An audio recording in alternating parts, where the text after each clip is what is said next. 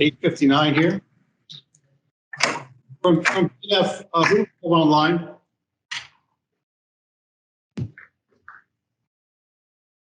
I guess, Josh, you're controlling our mics? Yes. Control them remotely too. So you wouldn't control them remotely. So BNF, who's here online? Maybe. Hey, Dick, Doug's here. Okay. Dick, this is Brian Reynolds. Can you hear me okay? I can hear you fine. Thank you. Don Nedorostek, you okay, Dick? Like I saw you there. So that would just leave Don Bonafide. I don't know if he's in or not. He was questionable on some of the times here. He'll be in and out over the next couple of days. Okay.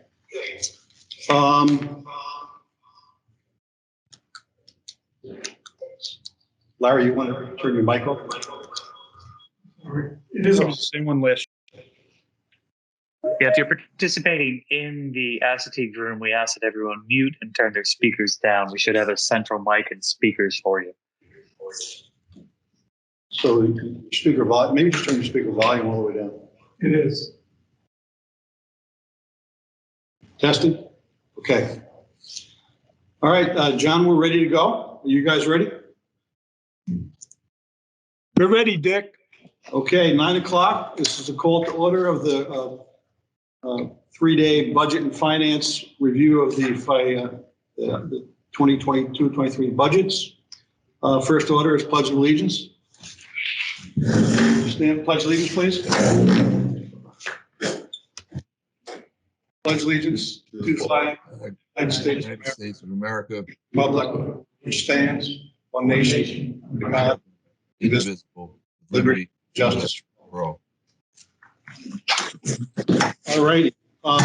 Next agenda item is approval of the agenda. I have an amendment to the agenda, and that is for the start of each day to include a time slot for any public comments.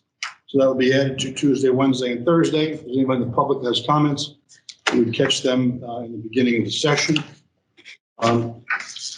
Any other amendments to the agenda? Nothing for me. Okay. With no other amendments to the agenda is approved as amended here. With that being said, is there anybody in the public on right now? I can't see everybody whose initials are here, but I don't know if we have any public people in at the moment. If there are any public comments, please feel free to speak up.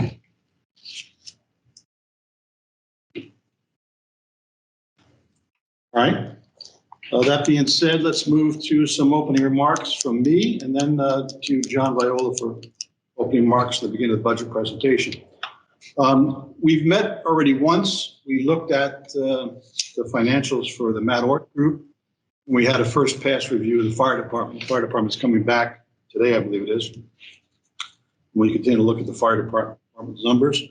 As I said initially when we met last, the role of budget and finance, I'll repeat myself here, the role of budget and finance is to make recommendations to the board with respect to any actions or any specific recommendations that we want to make. Brian Reynolds will be taking the minutes. The minutes will be similar to last year, where we'll kind of summarize at the end of each day the minutes, and we'll summarize our actions and recommendations, and we'll capture them at the very end in some kind of executive summary. Also, this is the first draft of the budget, so any recommendations or actions or suggestions that we make, if the general manager supports, he has an opportunity to go ahead and change those in the second pass of the budget before it goes to the board. We do have Larry here from the board present. Doug is online from the board as well. Do you have any other board members as well online? Amy Beck. Colette and Amy? Good. So for board members that are here, the meeting is open for you to freely participate as we've done in the past. Jump in as if you were a team member asking questions. Let me see here. So that's really all the opening comments that I have. With that, John, I'll turn it over to you.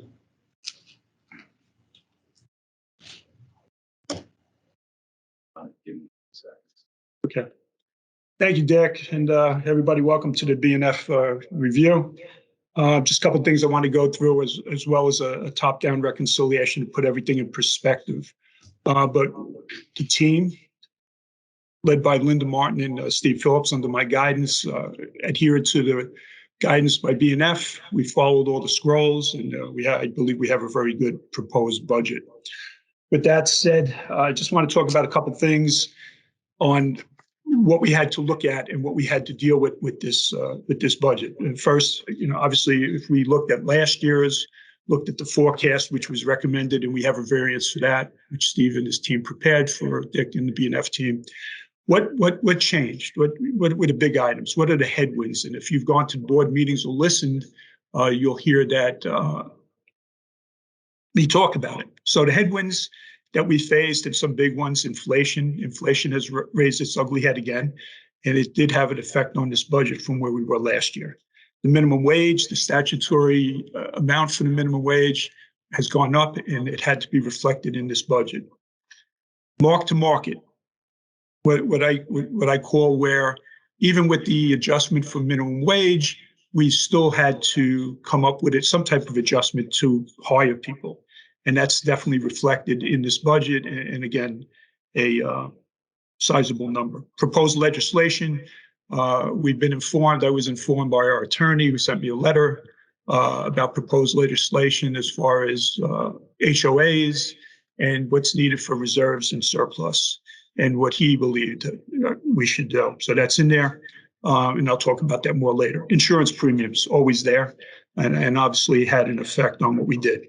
Tailwinds, and there are tailwinds. The improved performance in our amenities and departments. As Dick has mentioned, we have been reviewing with BNF our forecasts, as well as the BNF, the budget, the food and beverage team came in and did a review, as well as the fire department. We will do a review again during these 3 days. Steve will handle the food and beverage because Ralph's out of town, but again, we've already gone through it. We have a surplus, and the surplus, the way I'm looking at the surplus, very similar to last year, in the sense that this year we still haven't realized, even though our surplus is somewhere around 1.4 million, I believe, Steve. But last year we realized over $1 million. So I am looking at that. Steve will have a schedule for you that shows how we will apply that to the reserves, because that certainly is there. When we look at the reserves and see what kind of balance we have, where we are in the past, where we are to the recommended percentages on what we've agreed upon with BNF over the last several years. So that all will come into play there. All right, you can't get it, or you get it? So I just need a moment. Steve and Julie are going to put up a reconciliation that I do every year, which I just want to go through before we get into everything, which will put everything into perspective, the headwinds, the tailwinds, and what you're going to see with the detail that every department head will present to you line by line per our scrolls. So once the schedule comes up, you can kind of see the high overview, and it really ties everything together. Got it? Shared. You got it? I don't see it.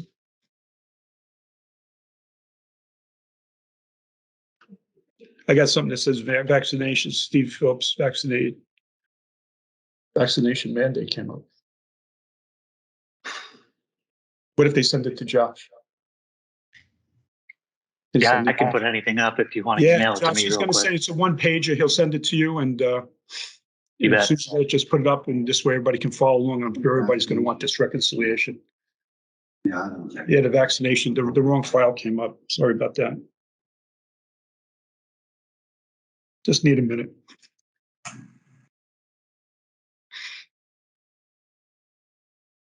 Anybody have any questions while we wait? John, you talked about the surplus being applied to reserves when we get to that point. Right now, in the budgets that we're looking at for all the operating departments, there is no surplus in there, correct? Correct.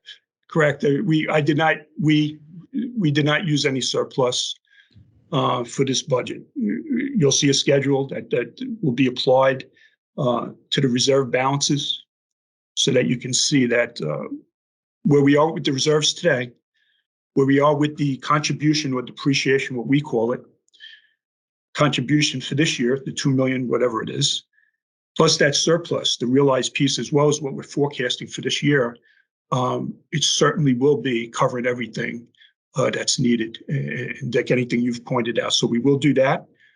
Another big point will come up during the golf and during the reserves is obviously the irrigation system. We reviewed that over the next 5 to 6 years, the effect it has on the reserves, whether we follow the DMA study for the replacement of it, or obviously there's a decision that has to be made on that, I believe, by the board. But we'll give you the facts, we'll give you the detail on that, so that you can see how it affects the reserves, the reserve balance over the next 5 years, whether we do it or not.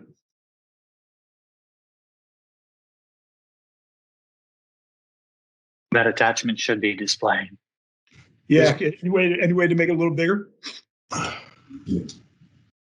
Josh, excellent. Okay, so I think this is worth the wait, at least to me it is, and from my background on how to look at something like this. So what I did here, what we did, is we took, just like I mentioned in everything that I've prepared and discussed, is we took last year's budget, the infamous 996, this is without the bulkheads. And where did we get now? So we saw in the proposed budget or in the binder, the number was 995. And that's pure math. That was the math. That's just the way it came out. Question? No? Okay, sorry. Just by going through the process. So let me give you the high overview. So if you took the 996, last year's number, and you looked at the favorability from everything that we've talked about over the year, right? We said that we had organic growth, we had expense reduction with the amenities, and as well as other departments. You could see there was a $413,000 or $49 decrease to that 996 assessment. So that's where we are before all the headwinds and tailwinds that I just talked about. All righty. So as we scroll down, the next piece is the general replacement contribution decrease per DMA study. So when finance went through that, when Steve did the calculation, it actually came out to a decrease from what we contributed last year of $118,000. That had an effect on the proposed assessment, $14 decrease. The bad debts, we have done very well. We have accrued in the past. We accrued last year. We didn't know where we would be with COVID and the whole economy and everything. With a thorough scrubbing this year, we believe that, where am I on that thing? Bad debts. I'm sorry, I lost. It's $50,000 or a decrease of $6. And then we got the headwinds that I talked about, the minimum wage adjustment. So you can see the effect on the budget, the proposed market adjustment that I talked about, in order to pay more than what we've paid in the past, thus being minimum wage to try to hire somebody. And we've had situations with that in the past. The part-time seasonal proposed adjustments for aquatics in order to hire people, we have it as one number. So you can see the increase to the assessment for all this. Merit increase, I believe it's in at 3%. Steve's giving me a nod yes, which is what we had talked about all year. And you can see the cost on the assessment for that. So that's $31. Fire department, kind of wanted to do this one last. The fire department, I think Dick mentioned it, where I see somebody from BNF posted on the forum. Fire department did come in later on in the year, and they came in with a $319,000 increase. It was higher than that the first time. The first 2 times I sat with Steve and myself, but we ended up with the $319 or a $38 increase to that assessment from last year. Now, there is a lot of detail to that. It's all covered. It's already gone through it with BNF, and the chief and the president will be in here to talk about it. A lot of it is salary, taking somebody from part-time to full-time, medical benefits of individuals that didn't have it in the past. But I'll let the chief and they'll handle it. They did a good presentation on it. But again, $38 on the assessment increase. Property liability insurance increase, approximately 15%, which is an estimate, $50,000, $6, kind of in line with what's been going on over the last several years. Other net expense decreases, efficiency, 60,000, favorability of $7, and that'll come out throughout the 3 days. And then there was the $1, which just netted out to that, and thus you got the assessment of $995. So that's the high level. That's the detail for it. That's where the items are. We will now go through line by line for each department, each amenity. But again, if you hear the headwinds and the tailwinds that I've presented with the numbers, it'll tie it all together. Any questions before I just check our calendar or agenda before I hand off to Steve? All right, thank you very much. I'll take that as a good. Steve. Yes, sir. So we will go through, looks like general admin, general manager's office. So if we go to tab number 2.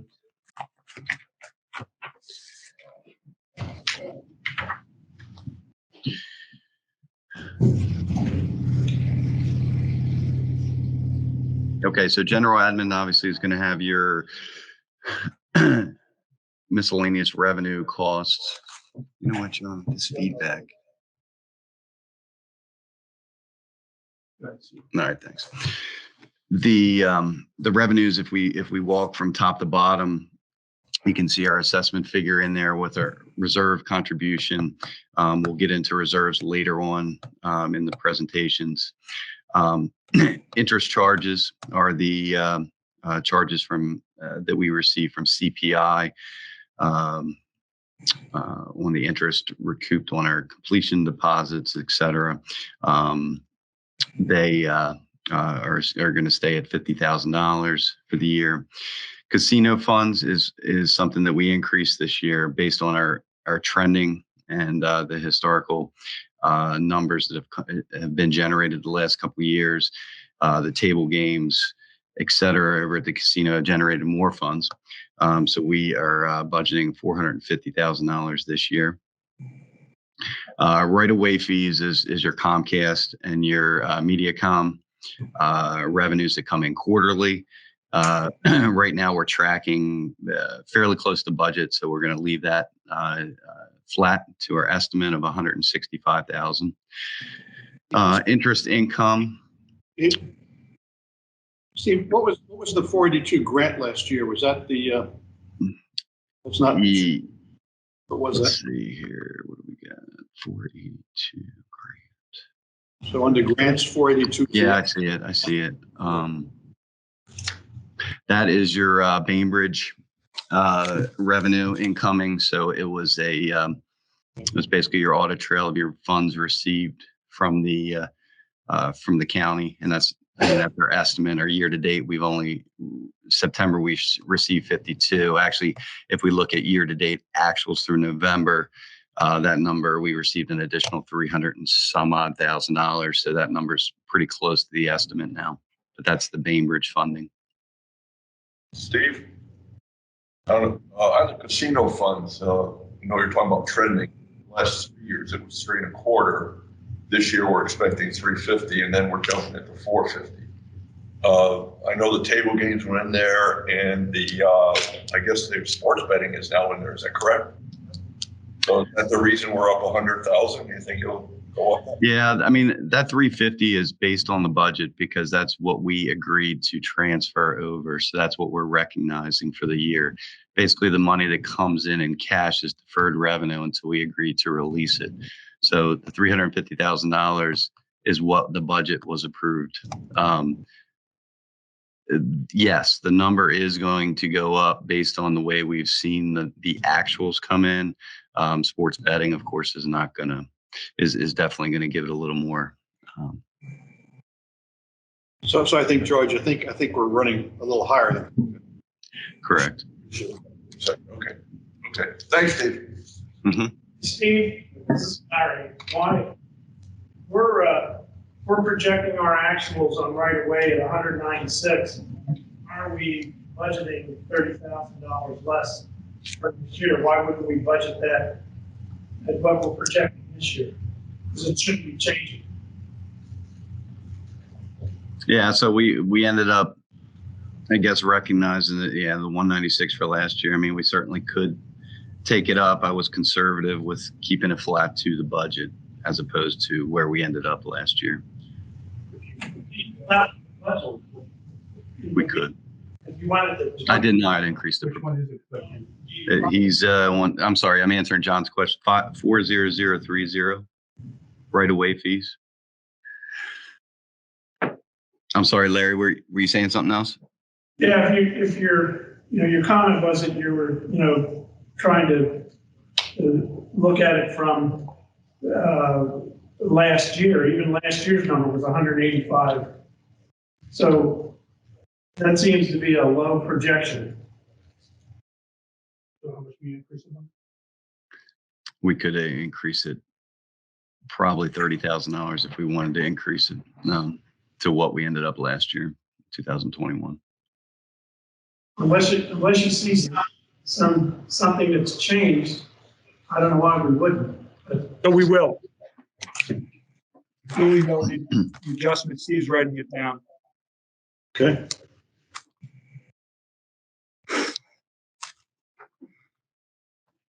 How much, 25? 30K.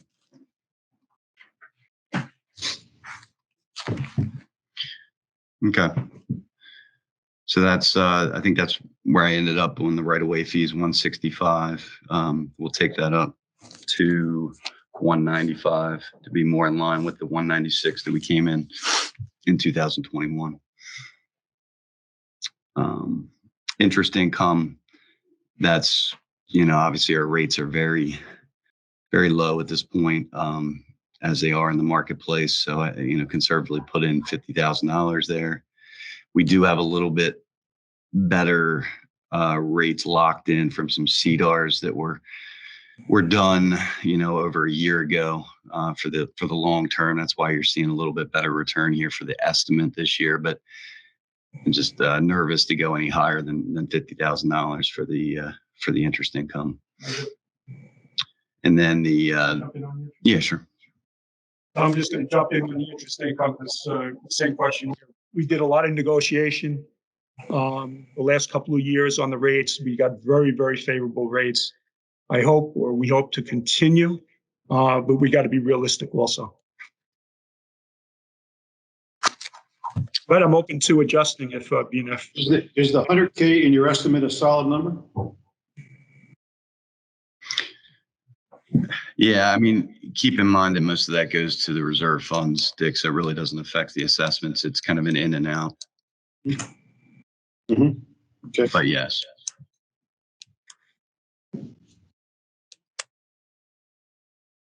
And then, so for miscellaneous, we had the bigger number this year.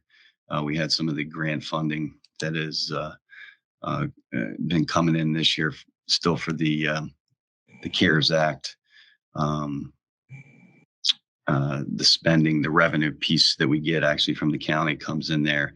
But you can see that's gone down to really just include some of the co-op funding that we get from some of the utility companies and some of the other miscellaneous things. So we have $51,000 in there for next year.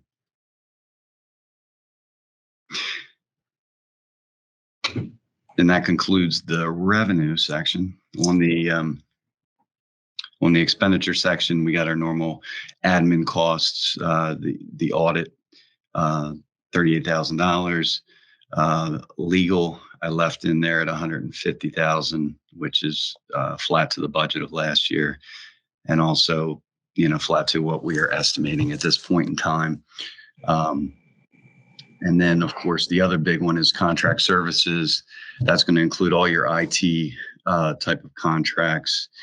Specifically, North Star's in that number, as well as Comcast utility charges for redundancy. You can see this on the selected budget details in the second page. And then we have other computer services for $60,000. Then we have a portion of custodial services, which is, you'll see as we go through each of the sections, is broken down into different areas, obviously for the recreation building, but this is a portion that relates to the admin building. There's also going to be a portion that relates to the police, as well as golf. Steve, is other computer service a collection of many things? 60 grand? Yeah. There's a collection of many things. All the Microsoft bills,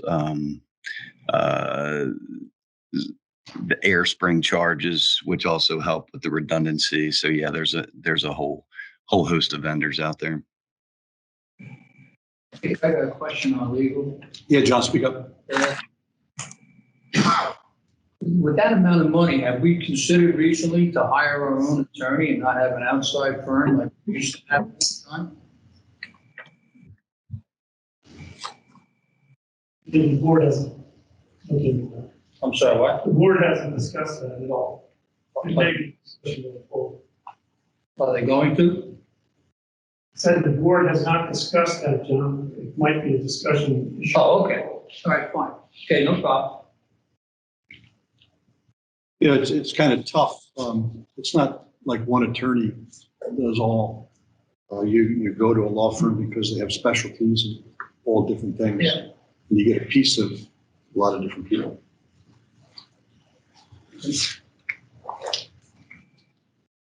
Go ahead. Can I just add something on the lawyer to that point? And again, I was on mute here for Steve, so I didn't hear everything that was said in there by the president. So, John, on the lawyer fees, and look, I think the lawyer firm should be reviewed by the board every year. But with that said, and I know you come from that same mantra, John, but it's not just the lawyer. We also have HR outsourced, but we've had it outsourced to them since I was here 3-4 years ago. But we do have a piece of HR in there in that bill. Okay. Okay. So other costs, the only changed real, I guess, well, there's two changes. One's up, one's down. It was both noted on John's schedule that we showed you the bad debts we took down based on the way things have come in recently. $100,000. That was $200,000 a couple years ago. Took it down to $150,000, I believe, last year for the first time, and then we feel like we can bring it down another $50,000. So that's good. Of course, on the insurance side, we had to take it up just based on the marketplace, talking with our brokers, and for clients that don't necessarily have claims, still seeing increases in the neighborhood of close to 15%. Obviously, if you have a lot of claims and experience that's negative, it's going to be higher than that. So I did estimate a $50,000 increase in there in order to cover that. Hey, Steve, this is Netarostic. Can I ask you a question on insurance a second? Yep. How often do you put it out for bid? Like, throw it out there. I know it's a pain in the ass. No, we just did a couple years ago.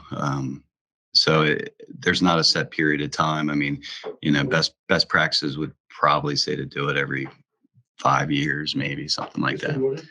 No, this is for insurance. This also shows like a 40% increase over 23 to 22. And I think, John, you said it wasn't, I think 15% was the number. Why would you put in 40%?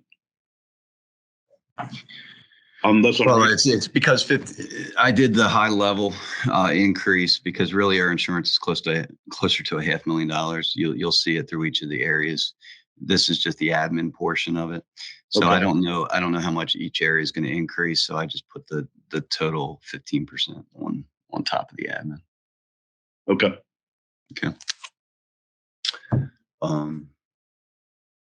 Then our property taxes, that's pretty much in line with what we paid last year. Obviously that deviates year to year, but it should be in the ballpark at the $78,000 that we have in there.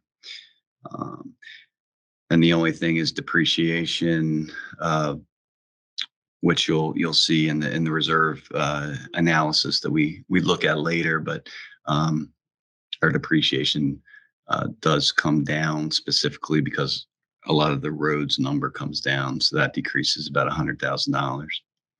I think furniture equipment also comes down a couple $100,000. Steve, is the personal property tax, I guess, is a percentage of our assets, is that right?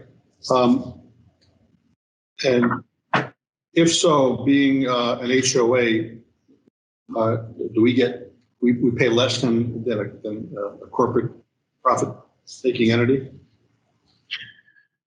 Yeah, that's correct. Of course, the PPT form is completed by TGM, so it's based on the actual assets, and you're correct. There's a certain percentage applied to there, and it would be less than the corporate. Yes. Hey, Steve, John, I got a question underlined with the elections and referendums. There's 20K in there. If you look at the actuals from 2021, you're a little over 40K. Knowing that we're going to have at least one referendum with regard to bylaws and so on and so forth through this year, unless it gets derailed, which I doubt it will. Is that number good? Do you think that number is good? Also, there was a discussion about the electronic voting. So, do we need to do a little bit more research on that number to see if electronic voting would have any effect on that number, and maybe the possibility of having more than one referendum? Yeah. So the $20,000 I laid in there, of course, did not reflect any referendum, John. So, we could certainly, if we anticipate something, sure. Yeah, if you look at the actuals right now, year-to-date September, it says 21,447. So Yeah.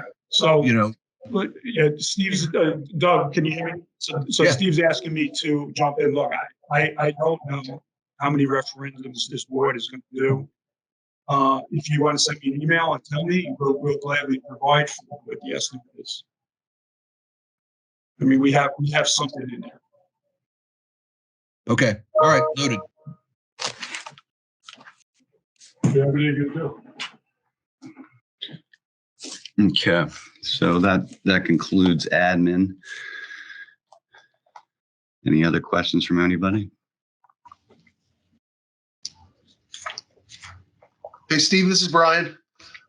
Back up to the revenue on that grants line. We're not anticipating any grants coming in for this year that we could drop some revenue number projection in there. Well, we of course are going to get. We hope to get the normal county grants into the police, which you'll see in the police section, and then hopefully some of the recreation grants that we get, tourism grants, et cetera. Okay, so the 482 then is really just the special from the spare. Yeah, that's the non-recreation, non-police grant that I put in here to segregate it. Yeah. Okay, all right, that's cool. Thank you. What line is the referendum on? The referendum line is 76840 and other costs.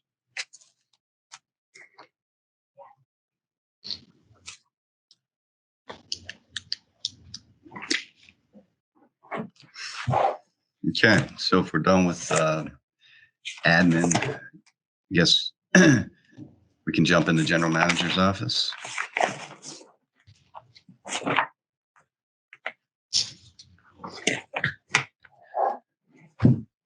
And really not a lot of cost within this cost center. It's really just salaries.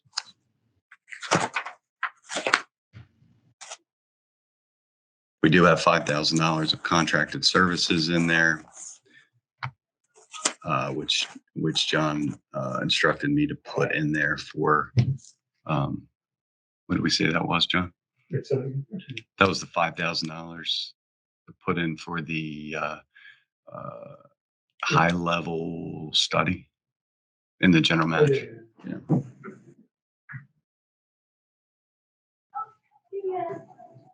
So I apologize because I have mine on mute so that we don't have all the backlash. So the $5,000 I put in there for any type of high level, what I was looking to do was they bring in the SIPs and study that team again, who did our payroll study 3-4 years ago as kind of like a payroll study light, just like what we did or I did with the DMA. So that's what that is.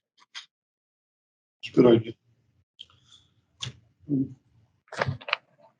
Do we, looking in here, do we have any money anywhere in the budget for recruiting fees if we use a recruiter, or are we going to use a recruiter for general manager position? That would be the only answer. Sure. We have, So again, so Dick, it's a good question. Again, I would think that's this year. That would be in this year's budget. I've received nothing from the board, to be quite honestly, so I don't know, but that would be something I believe would hit this year. it would hit this year.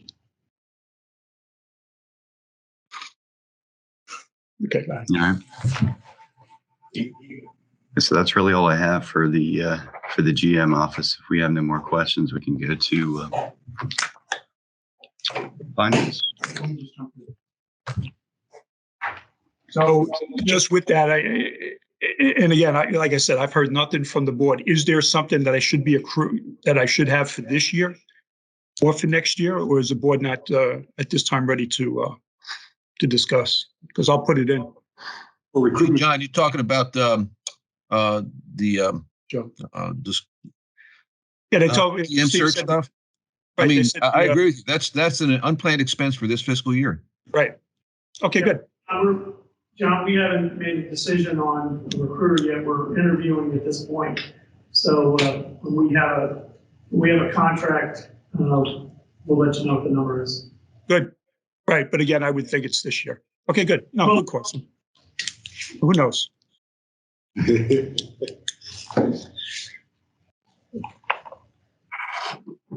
okay. Okay, moving right along. Section 4, finance and membership. And I know on the agenda, I believe it has several individuals on there. Kathy from HR. I'm not sure if Kathy's on the call here. She may not be because we're running actually way ahead of time, I believe. But of course, I think Julia's on the call. Julia, are you there?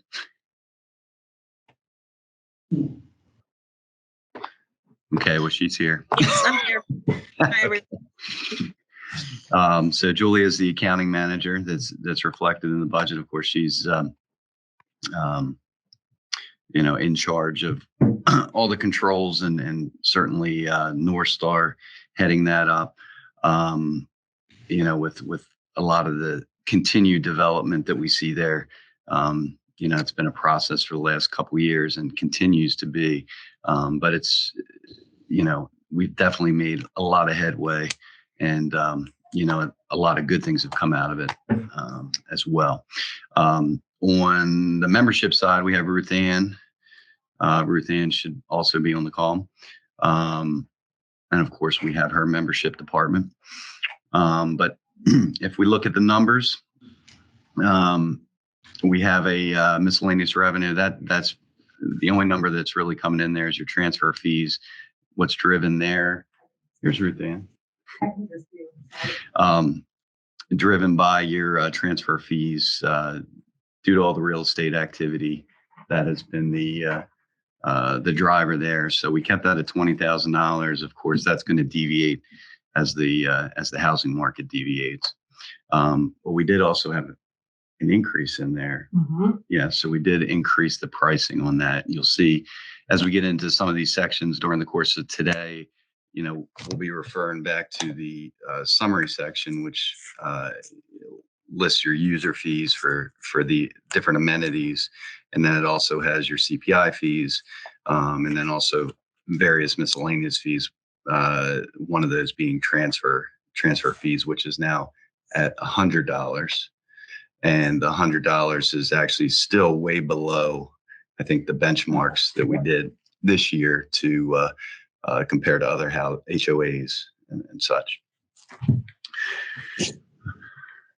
Okay, of course, payroll's the largest expense there. So we do keep in mind, we have 2 IT personnel. We just hired a new IT manager after Steve Grabowski retired at the end of last fiscal year. So now we have an IT manager as well as, of course, Howard, our specialist, who is been around now for a few years. So we got our membership office that I alluded to, and then of course our accounting manager, and then our HR group as well, and of course accounts payable being within that accounting function. In terms of the other expenses, it's mostly payroll. We do have contract services, of course, which have not deviated. If anything, have come down over the course of time over the last few years. Most of those costs consist of the payroll processing costs. We are going to have our HRIS system, which I did want Kathy to talk a little bit about, but I don't think she jumped on yet. But we are in the process of implementing that, which is going to give us a much more enhanced platform for employees to be able to fill out personnel forms, other HR forms, hopefully do like a workflow processing, which allows approvals and such in a much more efficient manner rather than have a lot of paperwork, flying around the office, which of course we're trying to eliminate as much as possible and do everything electronically where we can.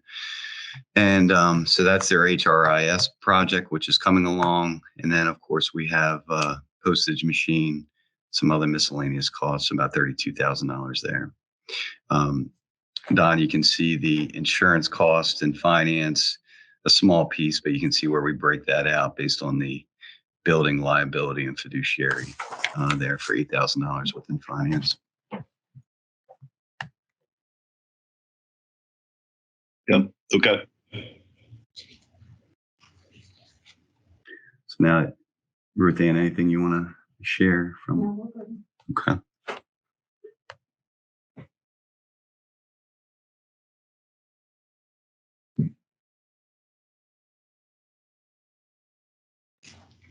I guess from a payroll cost standpoint, we did not put an increase in there for medical, just an FYI.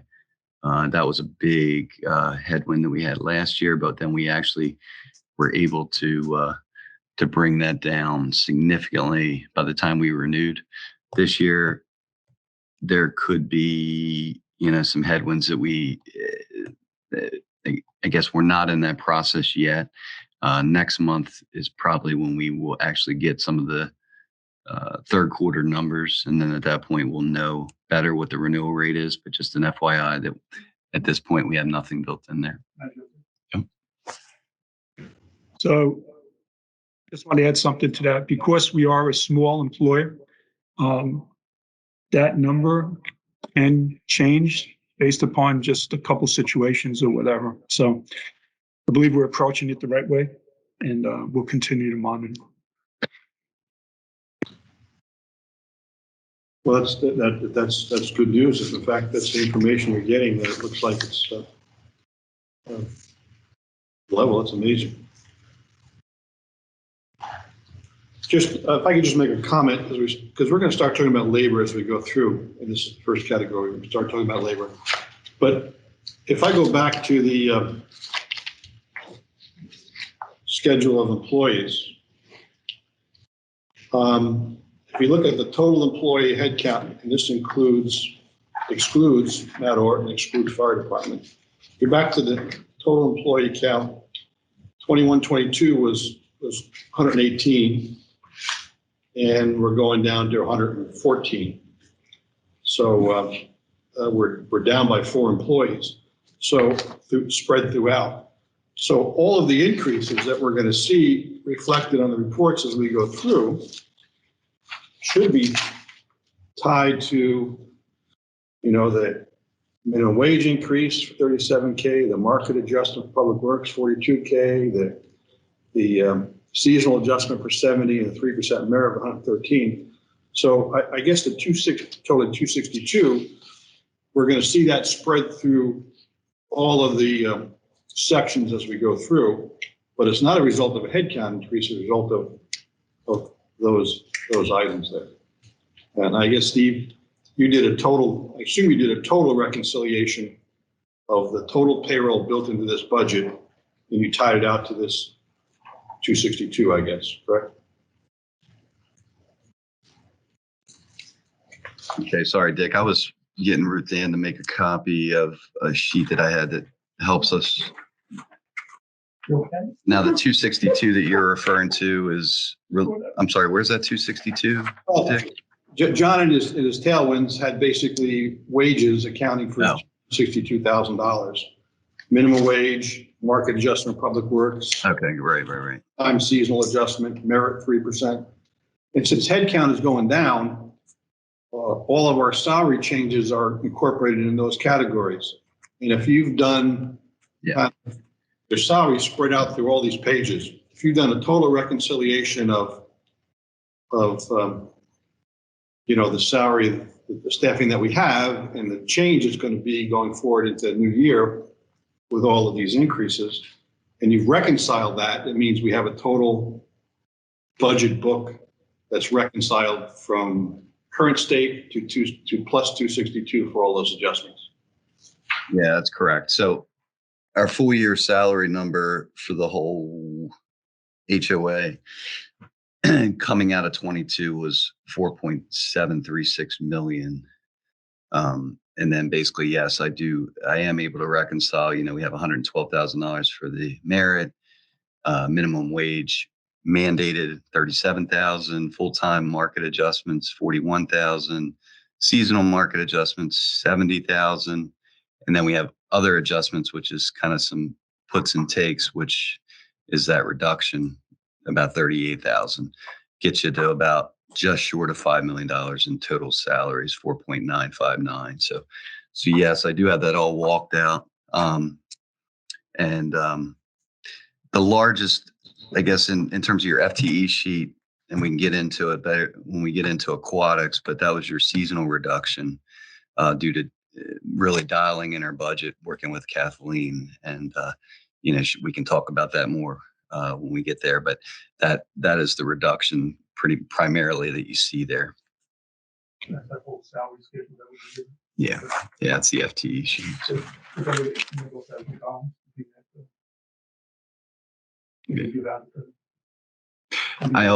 have the. Okay. All right, does that answer your question, Dick? Yeah. Okay.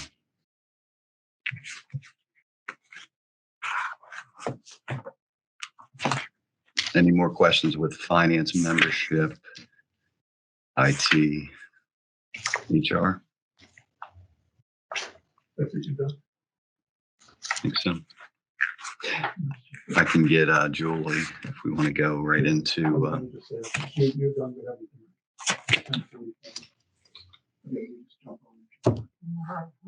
Okay, so at this time, Dick, we're pretty much up to public relations. If you don't have any questions, we will. Julie Malinowski will present. We can go get her if your team are ready. Okay, well, I'll tell you what, why don't you get her and then we'll get a cup of coffee here. That's good. Take a little break. That's fine because I actually I want to reach out to Debbie Donahue too also. Okay, good. Thank you.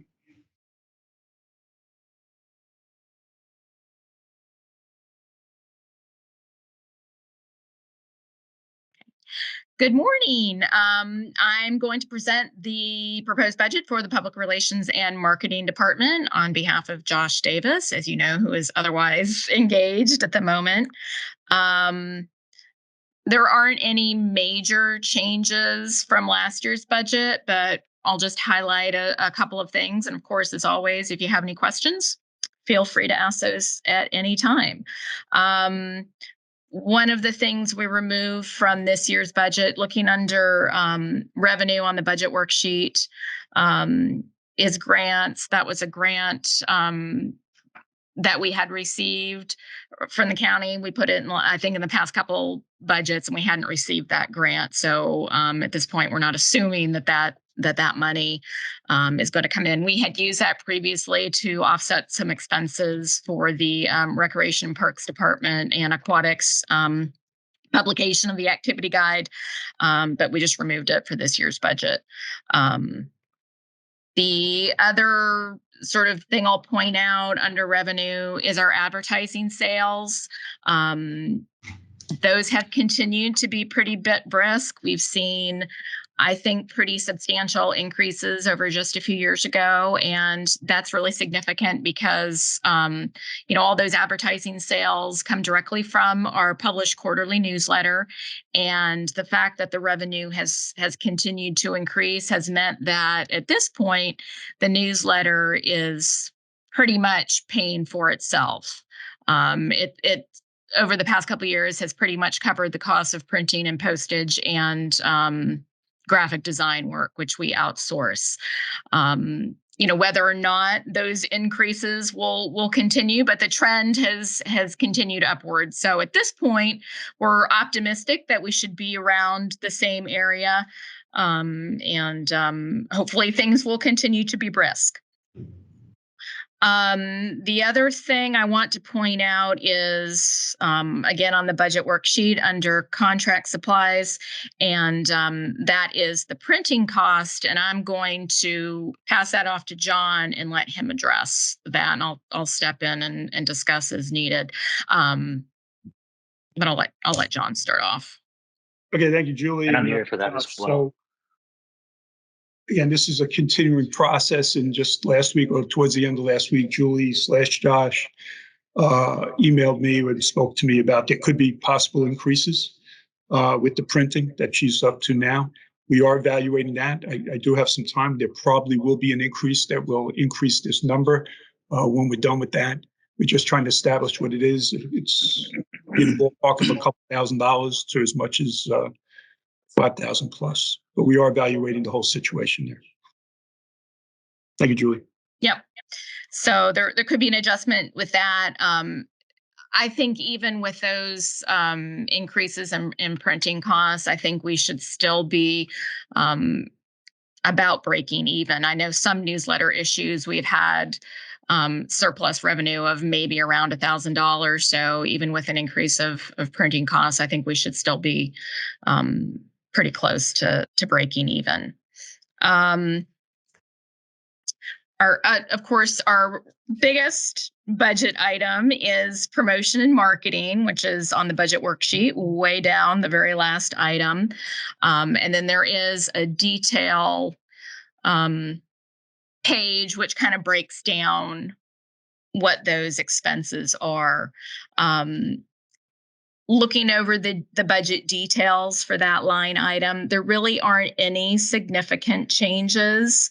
The most notable is last year we had around $9,000 budgeted for some targeted internet advertising that the venues at Ocean Pines had requested to market their wedding and banquet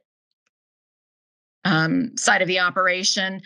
They felt that wasn't really effective. So we have discontinued that for this budget cycle. And instead, they have requested the money that you see there, which is a marketing video package for banquets. So we've kind of replaced that. We've continued, I think most of the items in our budget continue to be reflective of the needs that the different amenities and departments have reflected or have communicated to us, and the budget reflects that. So that's another example of something that the Matador Companies has requested to help continue to grow their wedding and banquet revenue. So we've been responsive with that. Some of those videos have already been produced, so we'll continue to, it's something they can use to showcase the different amenities and as they work to book those kinds of events. Otherwise, the other difference you'll notice way at the very bottom of the budget details page is a line item about golf. That number, the $40,000, which is part of our budget specifically for golf, reflects an additional $15,000. Last year, that number was $25,000. There's an additional $15,000. That's really just shifting some revenue that was previously in the golf budget. And those are some expenses involved with, those are marketing costs associated with hotel rounds and Ocean City Golf Getaway. So it's just shifting those funds, like we sort of done with golf in the past and with some other departments, shifting some of those marketing costs to fall under the marketing umbrella. Julie, can I just jump in for a minute? Yep. Okay, so this is consistent with some BNF review last year as well as this year. I don't know why this is coming up. Why was golf being charged? And it's a question that's been asked since I've been here, for marketing expenses when no other amenity and anywhere else. So we still have some still in golf. As I mentioned last year, we would slowly transfer some over to marketing, but there is still a piece in marketing in golf that John will talk about. Thank you, Julie. Certainly.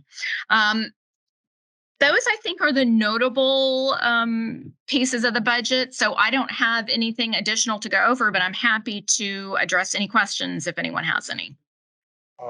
This question may be more for Steve than you, Julie. Looking at the payroll costs, and it's not only here, but it's in several compliance, and then I look at public works. Payroll goes up, but payroll costs go down. With FICA and all that, wouldn't that increase also? Steve?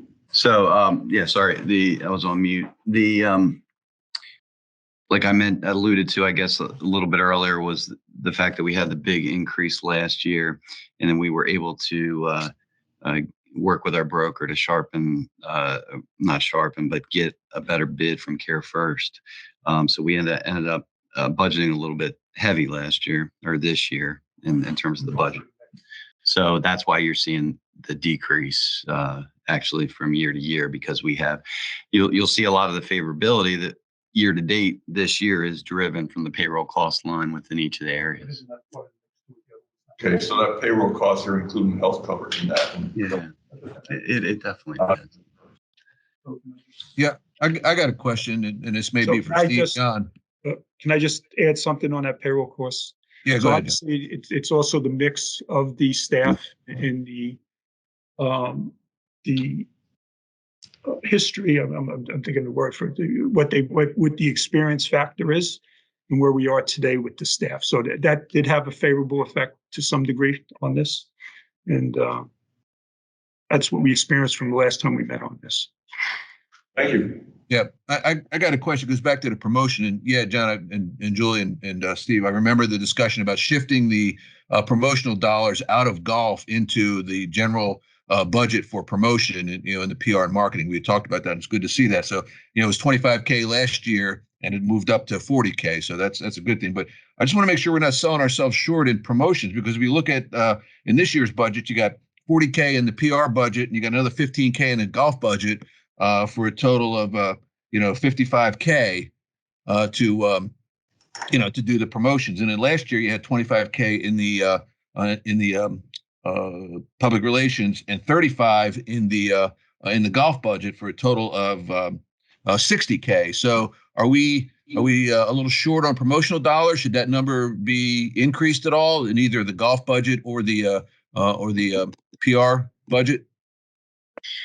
I mean, I can tell you that we've had discussions with every single department and amenity. And of course, across the board, last year was a great year for everyone. And, whether that continues, but pretty much across the board, every department that we spoke with said what we're doing is working. And I think what we've been able to do increasingly is utilize channels that don't necessarily cost anything other than our labor and our time, which we're paying for regardless. So, for example, things like social media, things like Google business pages, those are effective. I think we have been more effective as a department about targeting in on our audience. And I think for a lot of our amenities, the most appropriate audience is within Ocean Pines. And I think we've seen that across the board. So,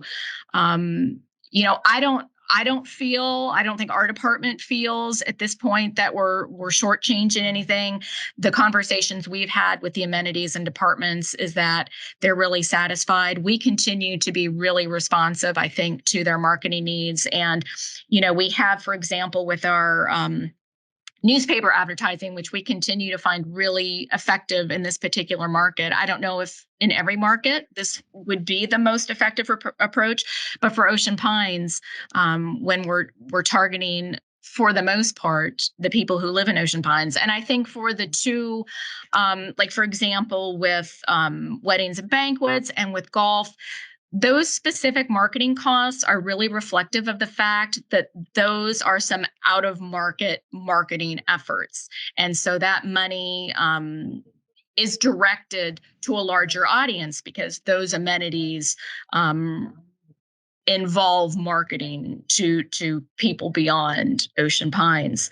But with our newspaper advertising, we have a lot of flexibility. We've locked in pricing for some of that, and that allows us to, because we're advertising on a regular schedule, it really allows us to be responsive to any particular amenities need. So, for example, if aquatics has some classes that could really use some extra enrollment, and they notice enrollment's a little long or a little low, we can already plug into some advertising dollars that we have set aside for that newspaper ad and plug that particular class. So I think we have a lot of wiggle room in our budget to sort of be responsive to those immediate needs. And, again, because we have so many low cost ways to market and advertise, I think we can continue to do that. And I think it's working. Our department seem satisfied with what we're doing. And again, we'll continue to be responsive. Julie, thanks very much. Appreciate the detailed explanation. And real quick, I'll jump into Julie's absolutely right. The only general marketing thing we've cut year over year is money for the Ocean Pines Independent, which is money we've had budgeted for 3 years and we haven't spent $1. So I felt there was no reason to leave that in. So that's part of the decrease there. Yeah, I applaud the video package for the banquets. This day and age, people don't necessarily want to see pictures. They want to see video. They want to see a quick click video of what it is that they might expect. And so that's meeting what people want. It'd probably be a good selling tool for banquets. It's a good idea. Yep. Video is king is a big marketing mantra.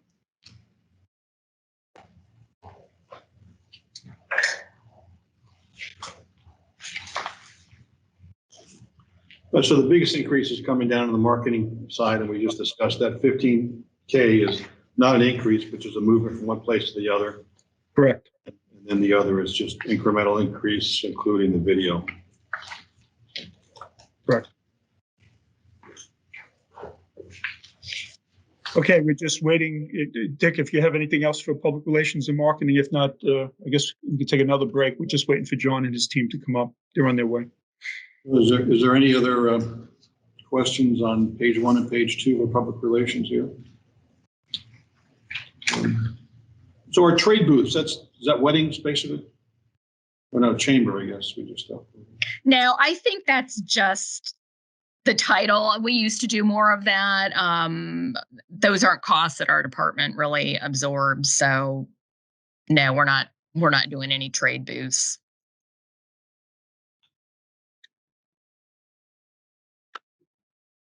Okay, I think we're okay. Julie, thank you very much. Josh. Thank you. Thank you, guys. I will let you know as soon as John and his team show up, but he told me he was on his way. Very good. Okay, what's next? Going to do golf next. Okay.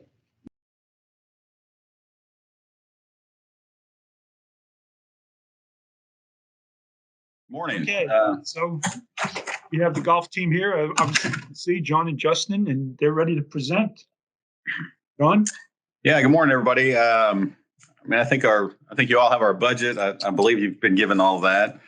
I think it's pretty simple revenue-wise. I mean, we've kind of projected, we think about $200,000, or is it $130,000 better?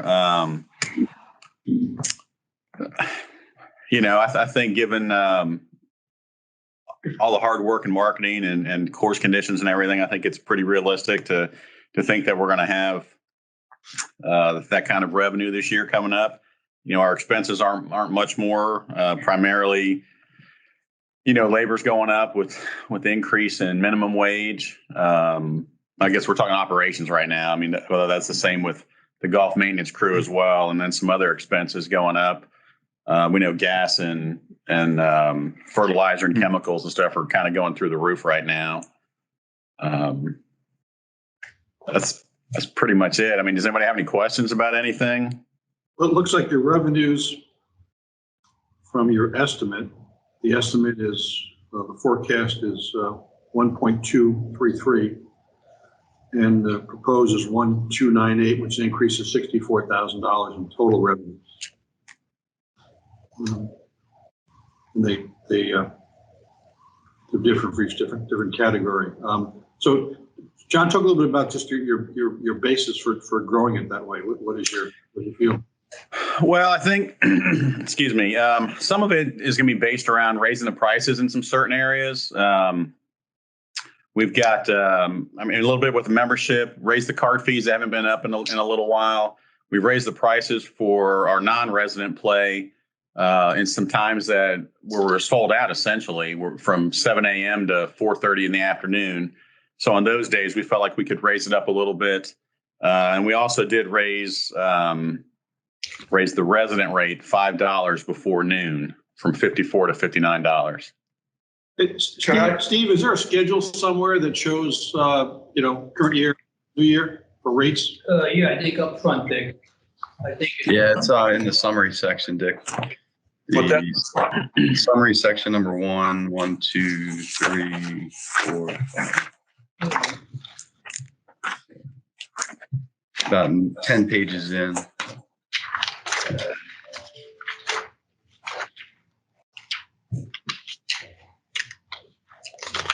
Yeah. It's got the It doesn't show a comparison of this year, but great. So let's go to golf. Let's see. So golf's interesting here. So, section 1, like 10 pages in.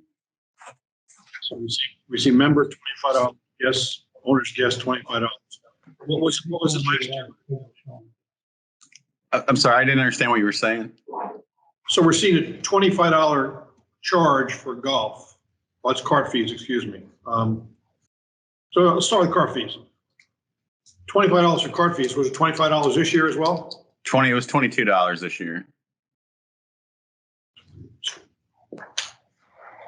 And 9 holes? 9 holes was $12. So it's $3 increase in both those cases. Are the member packages increased? I think they were up $100. Well, between 50 and 100, depending on about 100, I think, total. All right. And then green fees, what's happening? What's the increase there? Well, I mean, I can't give you a specific number because it's all based on time of day and time of year, that kind of stuff. I know in season, that's what I was saying, the resident rate went from 54 in the morning before noon to 59. And then the non-resident rate went up in different areas, sometimes $5, sometimes $10, just kind of depended on time and days that we were looking at. Okay. Well, on an average, what did the non-resident rate go up to? Can you speak to that a little? Could be anywhere from $35 to $95, maybe up to $99 in a couple spots. And that's the new rate, John, right? Correct. Well, yeah, I mean, some of the rates stayed the same. So, okay. We just raised them in a couple of other areas. John, we're getting some questions about why owners' guests are paying the same rate as owners and why they're not paying a little more. They're not owners here, they're not members. Yeah, I mean, we've always done it that way. I think the pools do it that way. I don't think it's restricted to just the golf course. I know when a resident brings a pool person in, they pay less than someone without being there as a resident or a guest. I think that's kind of one of the perks of being a homeowner at Ocean Pines and one of the benefits of having an amenity there. Yeah, guest of residence has always been the same rate, both golf and swimming.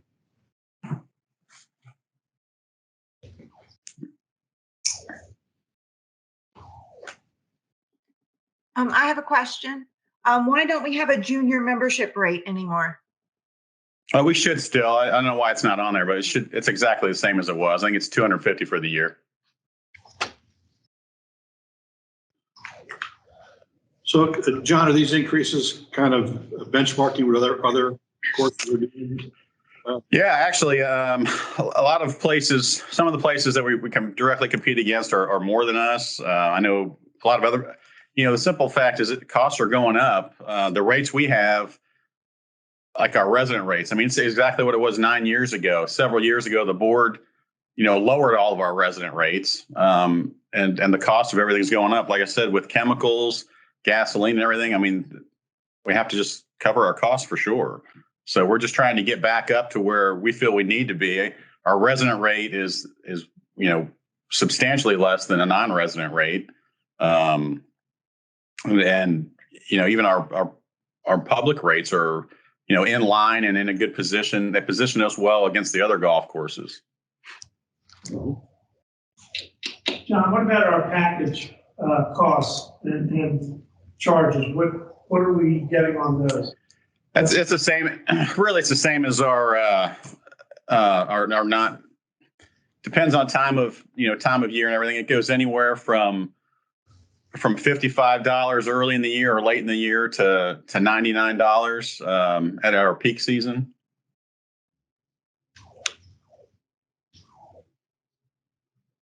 And is that going up this year? In some spots it has. Yeah, it's gone up $5 to $10 in certain areas. So not across the board, certainly, because I feel like we're priced pretty well. But in those areas where we were sold out, we felt like we had the opportunity to raise the prices a little bit and get some more money.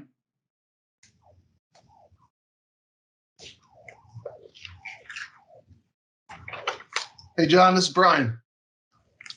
Hey, Brian. Can you hear me okay? Yes, sir. Quick question. I've noticed a year or two now, some courses are doing this on-demand dynamic pricing. Does Easy Links offer that sort of thing? And have you considered trying to do some of that to boost revenues a bit?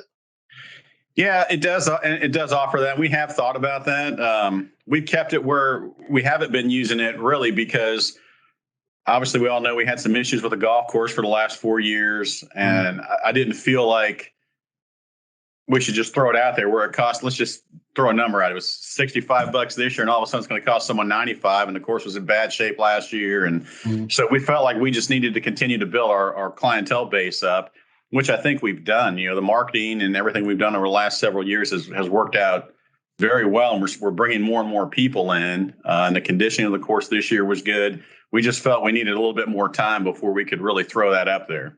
Okay, well, glad to hear that you're considering it because when tee times are, when people are, pressing to get tee times, you can make a few extra bucks doing that.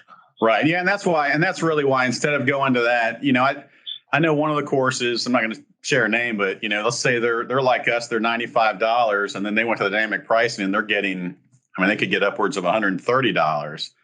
And not that that's nothing to sniff at. I just didn't feel like we were there yet. They've been in consistently great shape forever. So, people know what they're going to get there. And we're still trying to rebuild a little bit from a couple of tough years. Yeah, understood. Good point. Good point. Okay, thanks. I, for one, like to see some kind of a comparison of rates, resident, non-resident. I know it's a lot of different rates, John, but I would like to see a comparison side-by-side chart this year and next year, something like that when the budget's when it comes here. I know tennis is a little bit simpler. I know that pickleball is a little bit simpler to do, but it would be nice to have that comparison to look at. That's my comment. Okay. Other comment I have is merchandise. It's been a tough year, I guess. Obviously, we've had supply chain problems because the shop is kind of low with merchandise. It probably would have been a better year for merchandise if we had better supply coming in. What do you think? Yeah, I think it would have been great. I think we could have done a lot better, but like everything else, the supply chain was tough. I'll just use one example. I had 300 golf hats coming in August, and we didn't get them in until the end of November. Yeah. So and that's just one store. I could talk about sweatshirts and everything that should have been here in September, and I still haven't gotten yet. I mean, there's so much stuff out there that we've ordered, but yeah, the supply, obviously, COVID drastically hurt our chances of getting everything. Do you see that getting any better in the short term? I sure hope so. Yeah, I know it did hinder you a lot with what was in the shop. Unfortunately. Yeah, it did. It wasn't just strictly us. Every golf pro I've talked to, they've all had the same story. So we're hopeful that as things are more and more open and the supply chain issues get resolved, that we'll be back to business as normal. And I think that we can continue to grow that business. Yep. Yeah, let's talk about you done, Jim? Yeah, I'm sorry. So let's talk about merchandise. It looks like in your proposed budget for next year, your margins have improved. How you're running this year. I just, like I said, I feel with our new building and more people coming in, I just think we have a good opportunity to really increase that portion of our revenue segment. But your costs are going down as a percent of your sale in your new year versus your current year. Well, because more and more people that members get a 20% discount, so we don't make as much off of them. If we're bringing, if we start selling more and more merchandise to other people, our costs are going to go down, our revenue is going to go up. Gotcha. I think that's part of it too. Now we have a new clubhouse. The golf course is in good shape. People that come out and experience the golf course, they're more apt to purchase merchandise than they were in the past.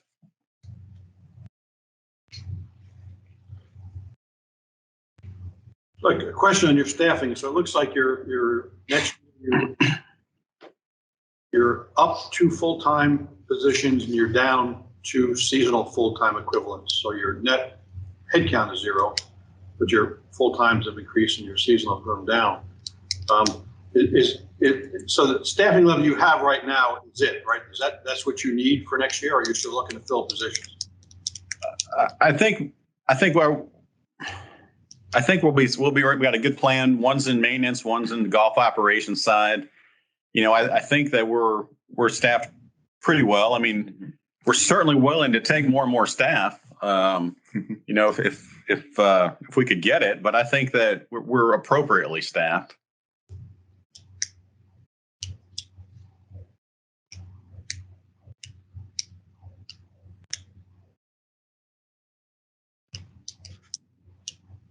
Nick, once you're done with questions, I just want to give an overview on golf.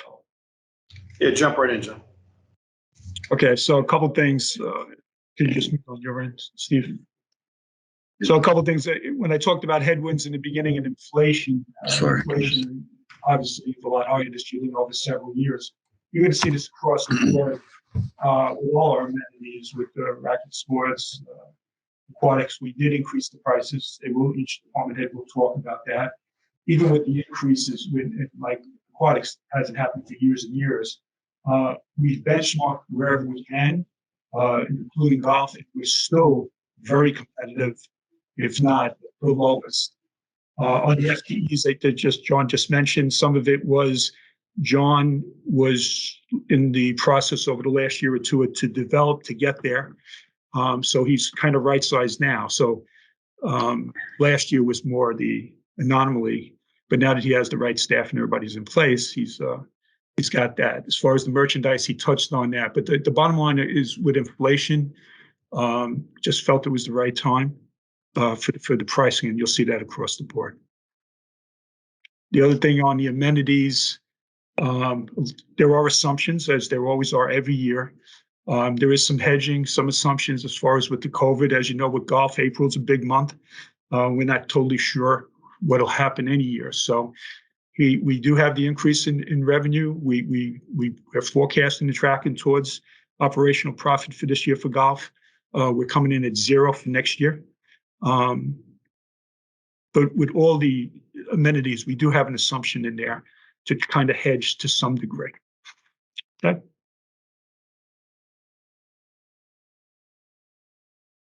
Okay. I guess I'll ask this question because I heard this asked at another meeting. What's happening with the simulator? What are we doing there? Well, we use the launch monitor has been used quite a bit to sell our golf club sales with club fittings, and it's been great. It's been a great tool to have. There's no one else in the area that's got a launch monitor that they're using for that kind of stuff. We've got to actually have people coming from other golf clubs coming to us to get fit for golf clubs, and so that's been great. So basically, the revenue is the fittings. Is that what we're getting revenue from the fittings? Fittings and club sales. Yeah, obviously not everyone coming from a different golf club is buying stuff from us, but some do. We've certainly sold plenty of equipment from them. The unfortunate thing is you don't make a great markup on equipment. So especially with competitors like Dick's Sporting Goods and everything else online. Is that under merchandise? Or yes. That's on both actually. Yeah. Merchandise and miscellaneous. So the fitting revenue would be under miscellaneous, and then all the club sales would be under merchandise.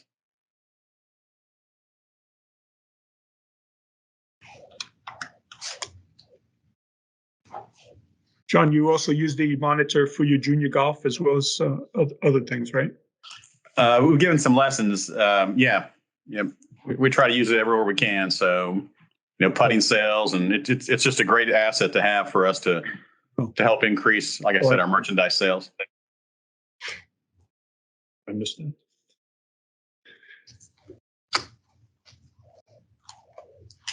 I think your junior golf program last year was sold out, wasn't it, John? It was, yeah. We sell it every year. This past year, we actually added a couple of afternoon ones, which also sold out. So it was big. We're not going to have afternoon classes this year though coming up. It's just too hard on the staff, and it was good to do, but it was just a little bit rough. Good to see the kids out there though. Yeah, it was a lot of fun. Yeah.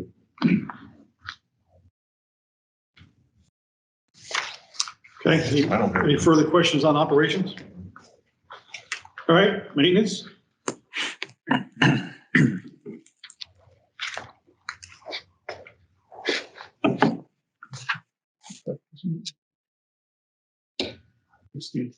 $16? Yes, 16. Yeah, I think overall maintenance is primarily stayed the same. The biggest, I guess, stay the same.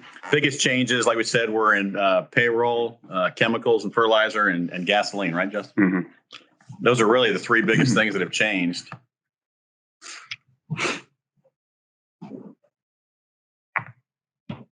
John, when you can, Justin, if I can jump in. Mm-hmm.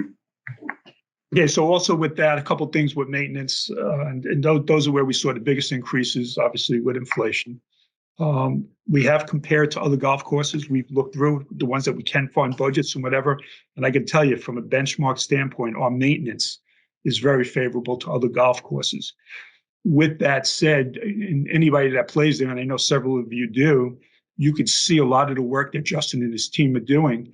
A lot of it comes under that title what the board has used, or Frank Daly has used in the deferred maintenance, where they're catching up on what needed to be done over several years, but because of different reasons and budget cuts or whatever, it didn't happen. So they're not only maintaining this golf course, but they're also doing deferred maintenance and catching up. And only Justin can tell you where he's at on that, but he certainly is moving forward on that. So that's kind of not spelled out here. But Justin, if you can jump in and share a little more on that, on what you're doing, because it's big. Yeah, no, exactly. We've changed a lot outside of just the daily maintenance. We are doing a lot of things above and beyond to kind of catch up and improve the quality of the golf course. Obviously, it's hats off to a lot of my staff. They've run with it. They've been quite efficient this year. and taken to the change as well. So we are checking all the boxes. We're getting a lot done. I mean, like, obviously payroll, we're seeing a lot of increases, and obviously we can always use more staff as, you know, the benchmark becomes higher. But we are accomplishing a lot right now, and my staff has been very efficient, and yeah, we're making everything work very well within the budget range. Some of the stuff, he's like, drainage has been a big one throughout the course of the year, trying to get clean out some old lines, put in some new drain lines throughout the golf course. And that's where we've seen, it's helped us see a lot of significant improvement in turf conditions. So you compared maintenance with other, about the end result of doing maintenance or the cost of performing maintenance? And I'm sorry, Dick, can you just repeat that? Can you hear me? You said you had looked at other golf courses and you said maintenance was favorable when you compared to other golf courses. Was that the end result of doing good maintenance, or just one golf course spends X amount of money and we spend X amount of money? Is it cost favorability or just? Yeah, so and that's an excellent question. And honestly, we have to tip our hats to the team that's down there and the work that's getting done. I mean, your question is excellent. I don't have that. You know, I was able to find the financials for some on the web. I believe we're getting more done with the amount of management and team that are down there. I truly do. And also, you're right. We're eventually going to get those efficiencies by the improvements that he's doing, just like everywhere else. Justin, you want to add anything there? I mean, it's. Yeah, I can step in. So when we're comparing budgets, like, we're very much in like an average budget range for golf course maintenance operations. But obviously in golf course maintenance, every property is very different, fighting very much different weather conditions and obviously things like that. So, you know, we're spending the same amount of money, but courses may be doing different things maintenance wise. So it's really just about efficiency and property management for your facility. But overall, budget wise, we're average with what other courses are spending of a similar size. And you know, some of the things we face, we're spread out more than a lot of other golf courses, you know, because we run through this big homeowners association. We're built on a swamp, so we're fighting, you know, how wet everything is, and it's 50 years old, and so there's lots of things, tree line. I mean, there's lots of different things that our guys are doing. I think the efficiency is higher here than at some other places, and the other aspect is certainly our payroll is a lot lower than other facilities as well. And that was one thing that we really noticed when we were looking at the other courses. Yeah, I agree with you, John. Yeah, I got a question, John Malinowski. Looking at going back to the operations where you've got $10,000 set aside for the Yamaha cart maintenance. Given the fact that these carts are now, I think, in their fourth year, if I'm not mistaken, are you comfortable that there's enough money to address any maintenance, repairs, and so on and so forth that have to happen to those golf carts before we need to replace them? Are you comfortable? Because I looked at the projection under contract services, you haven't increased that budget at all from year to year. And, you know, are you comfortable with the fact that those carts will be able to support the players over the next fiscal year? Yeah, I am. We've actually just finished our 5th season with them. You know, we still maintain the cart maintenance program that we pay for. I think we pay for it 8 months out of the year. You know, and that cover all the wintertime maintenance where they replace, you know, change the oil and the filters and all of that stuff. We're seeing a couple of things with a cart fleet of that old, but I think everything is still in great shape.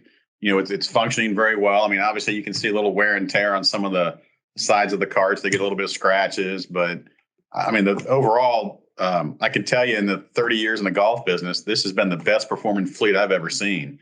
So I feel very comfortable with next year, and you know, we'll have to reassess probably in the fall, and I'm hoping we can get another year or two out of it without having to put a lot of money in, and then, you know, before we start looking at another fleet again.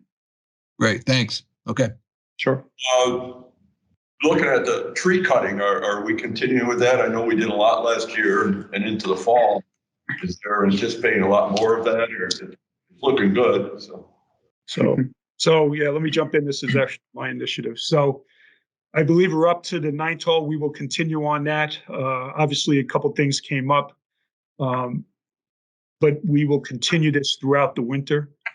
We're trying to get the front 9 done. We're actually going to assess it this week, but the plan was to get it all done over the next 2 months. That falls under contract services, John? So most of it's being done in-house, and so far all of it's been done in-house, George. In fact, I don't think it happened yet. We are going to bring in an outside contractor, like you said, to do a couple trees that we cannot do and some branches that we can't do. So there will be some, but the bulk of it is all done in-house. And again, John talked a little bit ago about the drainage. Just clarify that. That's drainage from the fairways that we work on, and not the drainage in the ditches around the course. Correct? Correct. And you could see it on, help me out, what was that? The atoll, Justin just did, and his team did an excellent job. But correct, any drainage that Justin's doing would be drainage on the golf course, charged to the golf course. Correct, George. Yep, good point. Thank you. I just wanted to clarify. Yeah, no, it's a good question.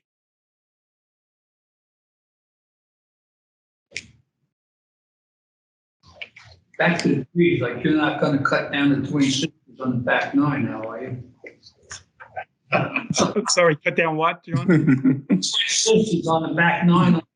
Sister 14. That one has come up to a lot of debate. The intent is not to cut them down. There are two branches on each side that we believe we need to cut down. We've seen some rot in them. If you've been around last year, we were able to do in-house, cut 2 down. So that's all we're doing there. There's 2 to 4 branches that we're going to cut, and we probably need the outside company to do it. But they're not going to be cut down now. At least not while I'm here. Is that the actual name of the hole? Yeah, Twin Sisters. Twin Sisters, yep. It's close. I know that's the one I remember, but clearly remember.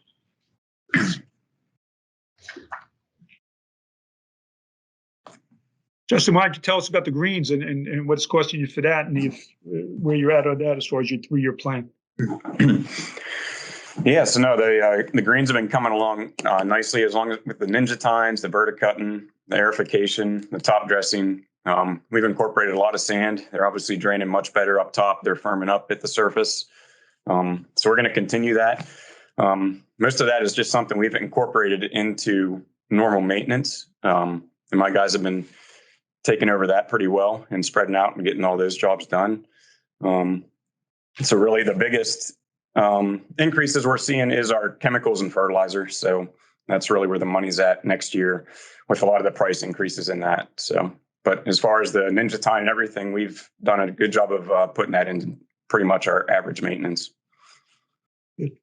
John, and if I may, Dick, this question came up with the marketing and the promotion and all that when Julie Malinowski was talking, and the efficiencies or some of the cutting back we have. Can you tell the committee and or the board and everybody else what you've done to advertise that course over the last 3-5 months, now that we have a presentable course, and what you're doing with tournaments and everything else, and what kind of marketing you've gotten out of that, basically at no cost? Yeah, I wasn't listening to the marketing presentation. I'm sure it was great though. But we're continuing to do what we're doing with Golf Getaway. We still advertise from here west out to Pittsburgh, all the way up into Canada, because in the spring and in the fall we get a lot of people that come down for that. Whether it's TV, print, radio, all of that's continuing on. What we've done this year, this past year, is we had a couple of tournaments where I had a pro-am. Where we had one pro playing with 3 amateurs, and we invited guys. They came from as far away as just north of Baltimore, and they were in Delaware coming down.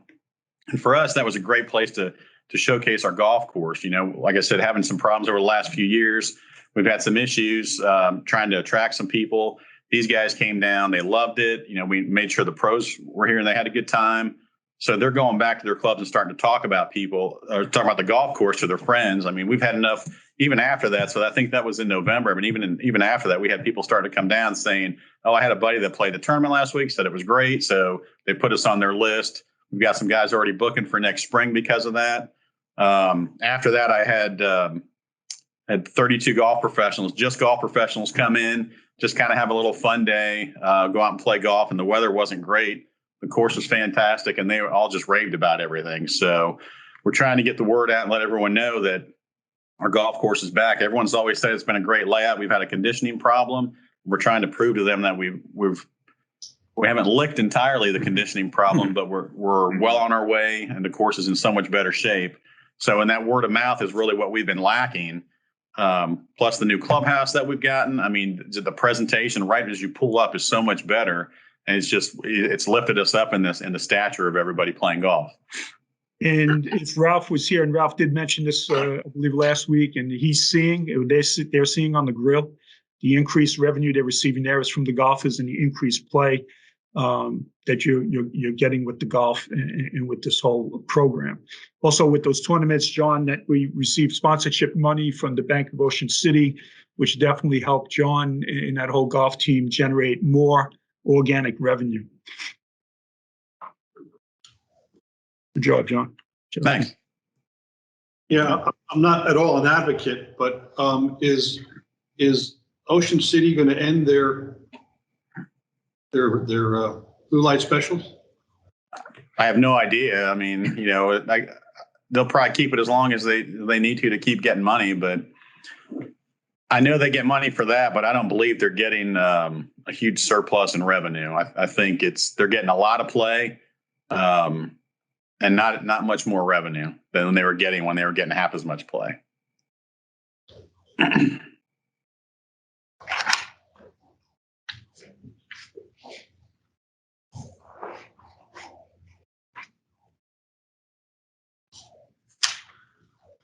I have a question regarding the water system. Is that the irrigation? Yes, that does cover a lot of the irrigation maintenance.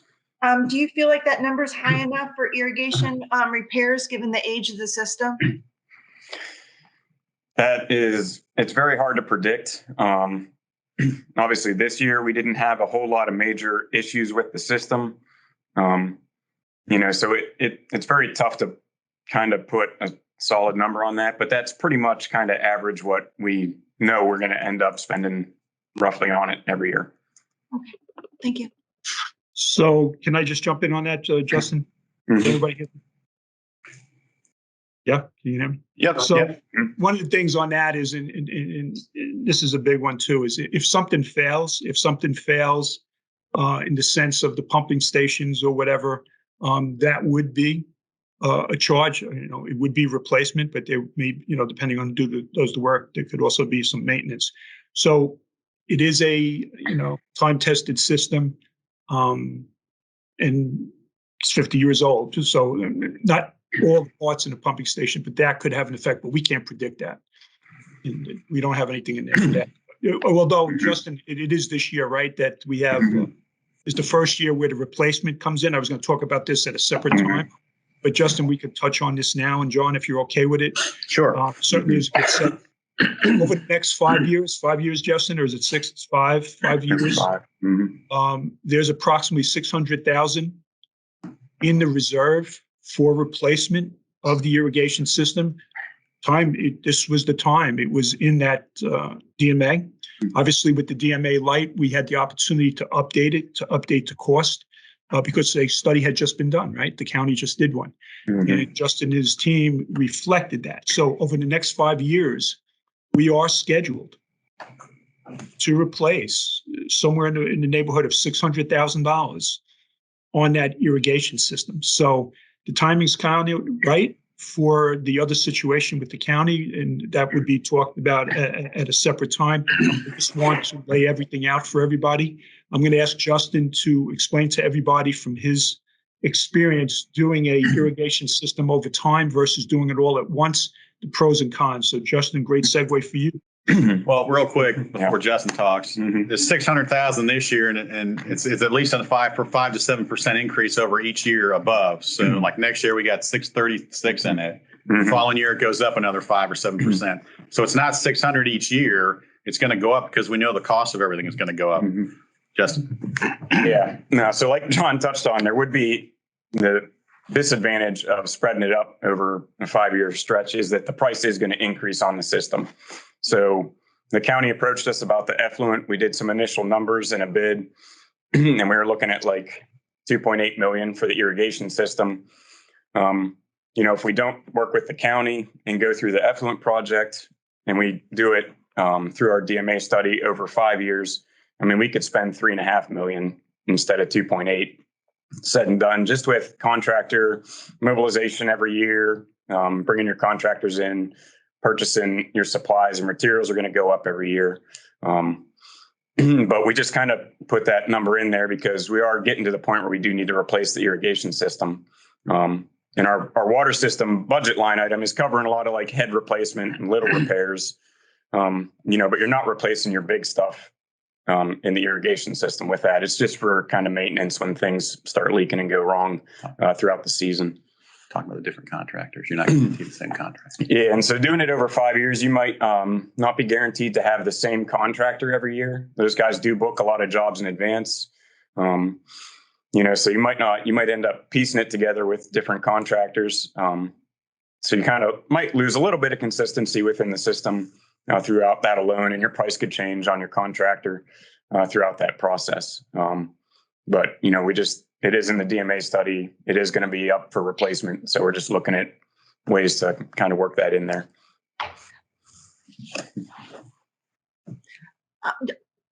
Justin, can you hear me? Yep. What is your projection if we do it over time? How will that hurt your revenue? Won't the golf course kind of look like a construction site for 5 years? It will. Most of your contractors can do it in your off season. But obviously in our region, people are always going to be playing golf. So you're always, you're going to go through 5 straight years of parts of the golf courses or a hole is going to be closed a day. And, you will go through a little bit of a construction fatigue headaches throughout that process. Okay. It's not the most efficient way to do it. Mm-hmm. John, are we going to have a discussion about this whole county thing as part of this process or sometime in the future? I have a lot of questions with the county idea. That's not against it, but I have a lot of questions I haven't even heard addressed. Are we going to discuss that sometime in the next couple of days?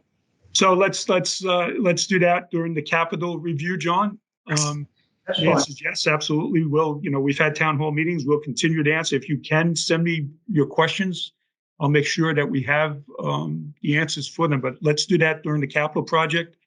I am going to ask Justin, they will be here for that. But absolutely. But if you can send me the questions or anybody else on that, so we can prep for that for capital. Steve, what day is capital? Thursday. We will address it. Yeah. Sure. Good questions.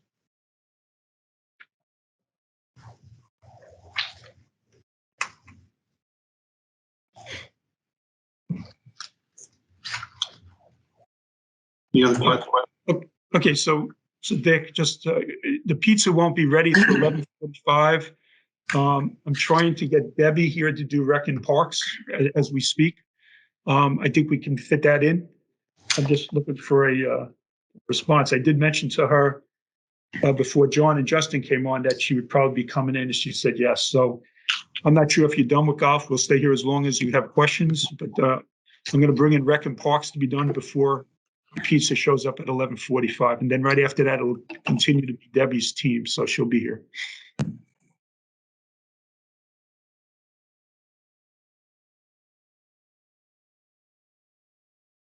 Okay, so I see Dick's back. So Dick, Debbie came in. Debbie, correct me wherever. The pizza will be here at 11:45. Debbie will do Rec and Parks now, and then I guess it's 12:30. She'll come in and finish up with Racket Sports and Marina with her team. Is that correct, Debbie? Yes. All right. So Dick, all yours, Debbie. Oh, okay. So I know that there's probably some questions on some changes that we made this year. If you look at sports camps on 42044 line item, you're going to see that there's nothing in there. And I'm sure that's a question. The reason that there's nothing there is because we've moved that to a different line item for finance and tax purposes. It had to be kind of moved around and changed. So it has gone into class registration instead of separating it out into a sports camp. That was at request by Julia from finance. And so we made that adjustment. You're also going to see Jolly Rogers and movie tickets are actually separated out now. It was under miscellaneous before.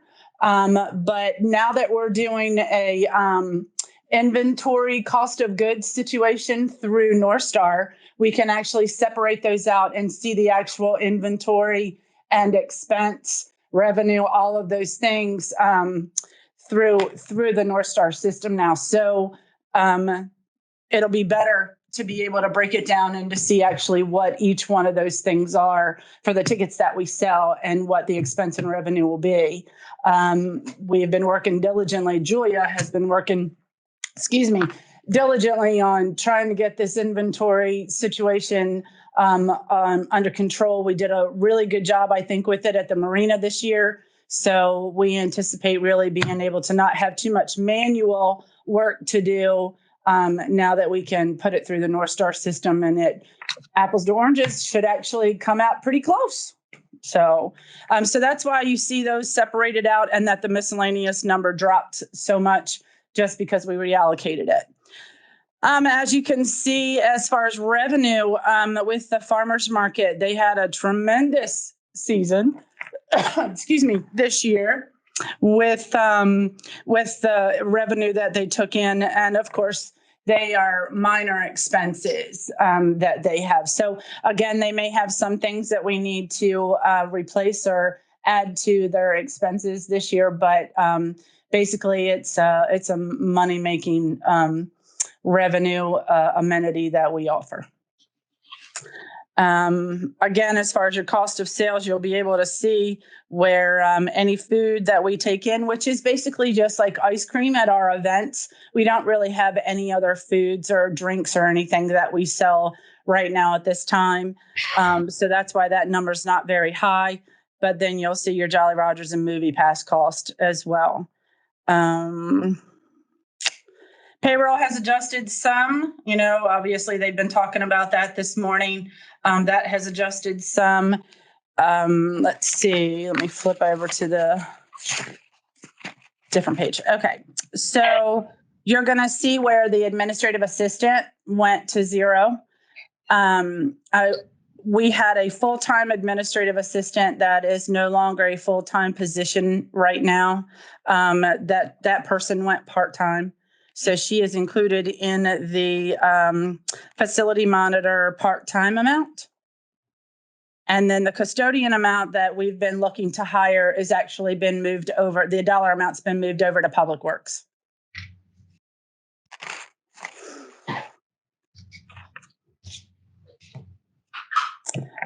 If you look down under contract services and supplies, the contract services for the market obviously is just a minimal amount. Contract services for the recreation department includes all of our miscellaneous contracts that we have as far as pest control, things of that nature. It also includes the cleaning contract that we have. And so that's that number, as well as the program and promotions. Julia talked about the fact that we had transferred our marketing monies back to marketing because they do all of the marketing for us. But this program and promotions is actually for schools. It is what we call, it's called Peach Jar. And it is our way of being able to send information to the schools for our programs. And what it does is we send it one time, the Board of Education approves it, and it goes out to every parent through an email system. But we have to pay for it, of course. So, and it's so much easier than having to make hundreds of flyers and the cost of the paper and the expense of, having to deliver it to the schools and all of those types of things and the time. This makes it much easier. So it is definitely much more cost effective. However, we do still hold that expense because it comes directly from us to the schools.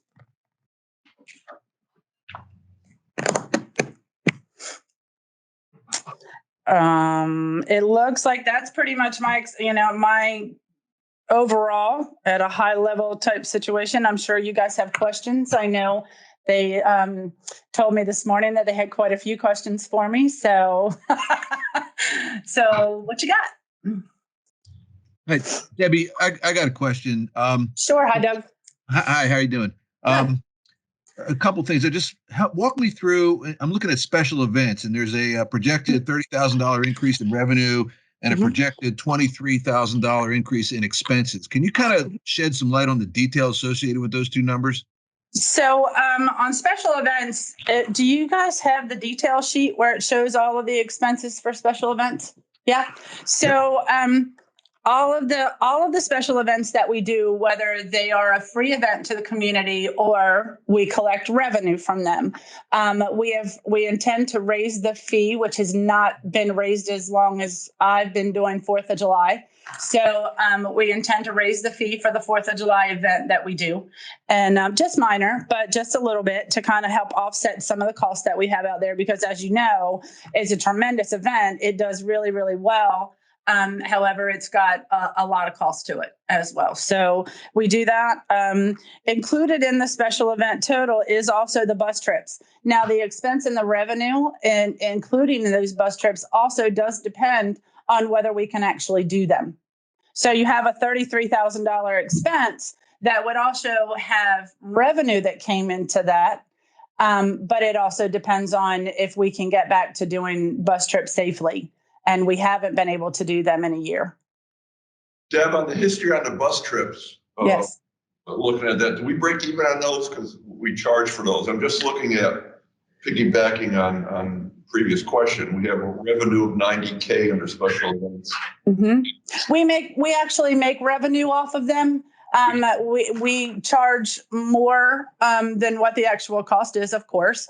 And some of them require tickets. Some of them we just make the money off the bus. It depends on the actual bus trip itself. But all of the bus trips that we do actually make revenue free and clear of the cost of the trip itself.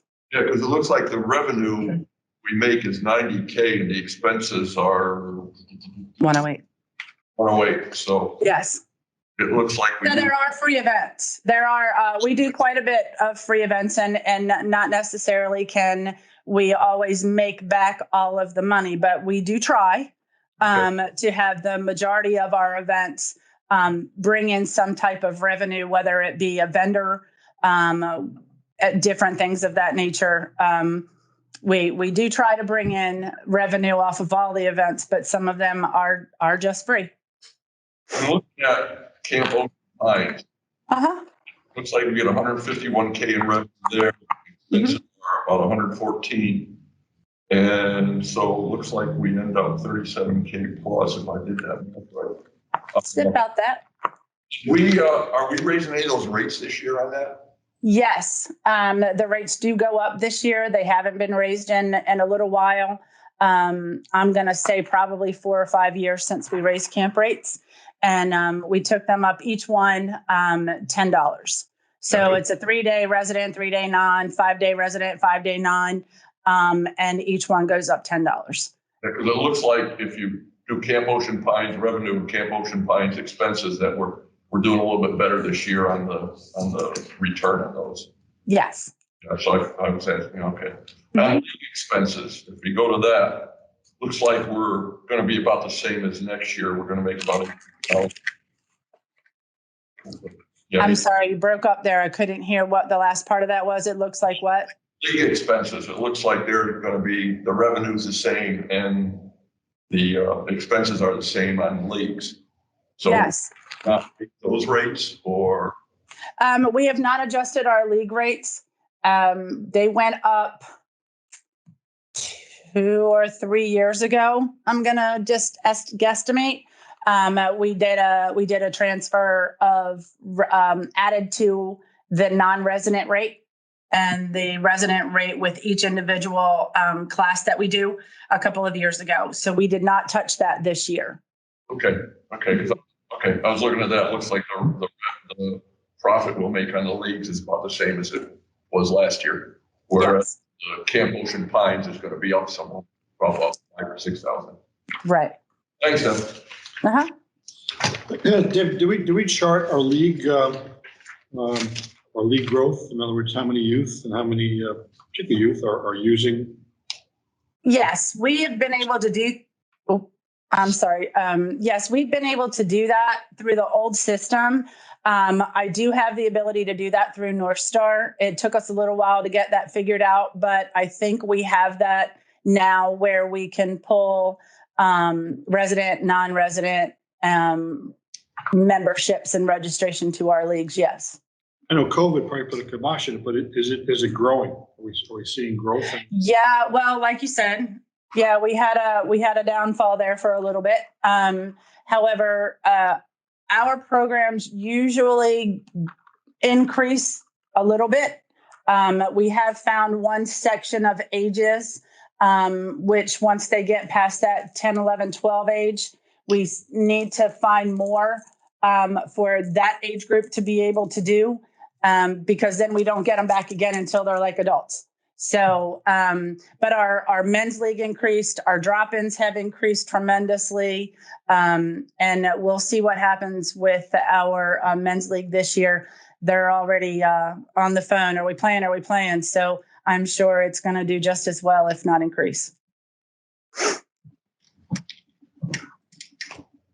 Deb, is there any update on the Celtic Festival?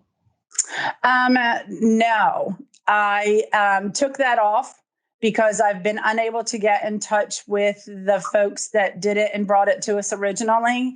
I know that they were in Florida through the whole COVID thing, and I have not had any contact with them or able to get in touch with them since.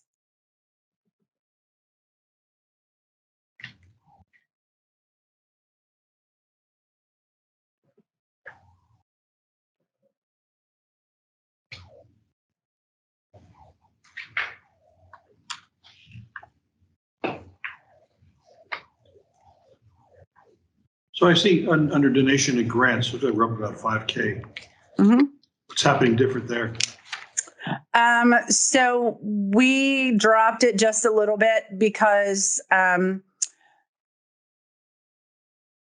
felt more comfortable. She increased it over this year's estimate.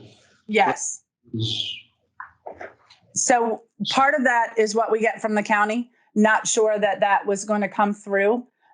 We feel that it will, but I'm not exactly sure. So until I actually get the letter and the money in hand, we just kind of estimate that number as to what we're going to be able to have for donations. I get a lot of donations from the community for different things, be it classes, summer camp registration. People, some of our organizations donate for kids to be able to come to camp.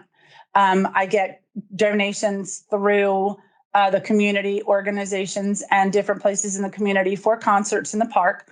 So although concerts in the park's dollar amount is high and is a free event, I do have donations that come in to offset some of that cost. I get money from, like I said, from the county, and then the other donations that it's my responsibility to reach out and see if I can't bring in.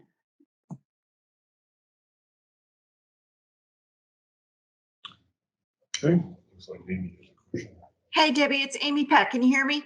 Hi, Amy. Hi, I got a question. Sure. I didn't see any new capital, but at the executive committee meeting, we were talking about possibly doing a new playground at Bainbridge and having some engineering costs. What's the status on that?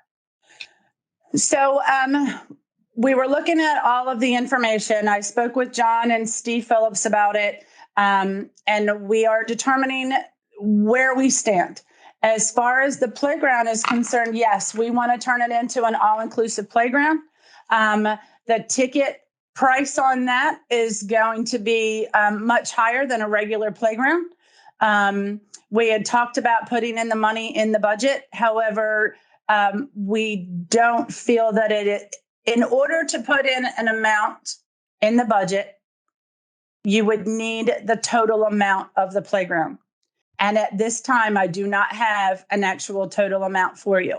I can give you an estimate of numbers that have been given to us for other inclusive playgrounds that are in our area to the tune of $500,000 to $600,000. Now, don't fall off your chair, because that comes from a lot of donations, a lot of grants, a lot of sponsorship money coming from a lot of businesses and different things of that nature. That's why this project will probably be at least 2 years. As far as the design work, I have information that was given to me from Vista's design of Bainbridge totally. Right. We have started with how much the square footage is that we have to use. And then Vista can come in and tell me, you can actually work with this. You can, you know what I mean? Because the playground right now is X amount of size. I have much larger size that I can work with here. And we are still determining if we're going to make this a 1 year, a 2 year, break down the program so that we spend this much this year, this much next year, this much the following year versus all of it at one time. So you don't think you'll have engineering costs this year then? I do think I will have some, but I don't anticipate it being a large amount. Okay. Because we need to know what we're working with prior to us going to the companies and saying, give us our breakdown of what we can get for this information or for this size and location. Great. Thank you. Yeah, you're welcome.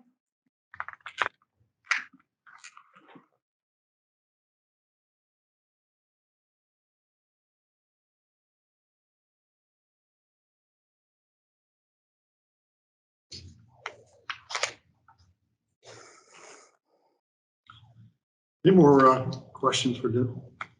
Deb, George again. Just a quick one. Summer help that you get. Mm-hmm. Anticipating any issues this year coming up? Getting enough help out there? Enough part-time?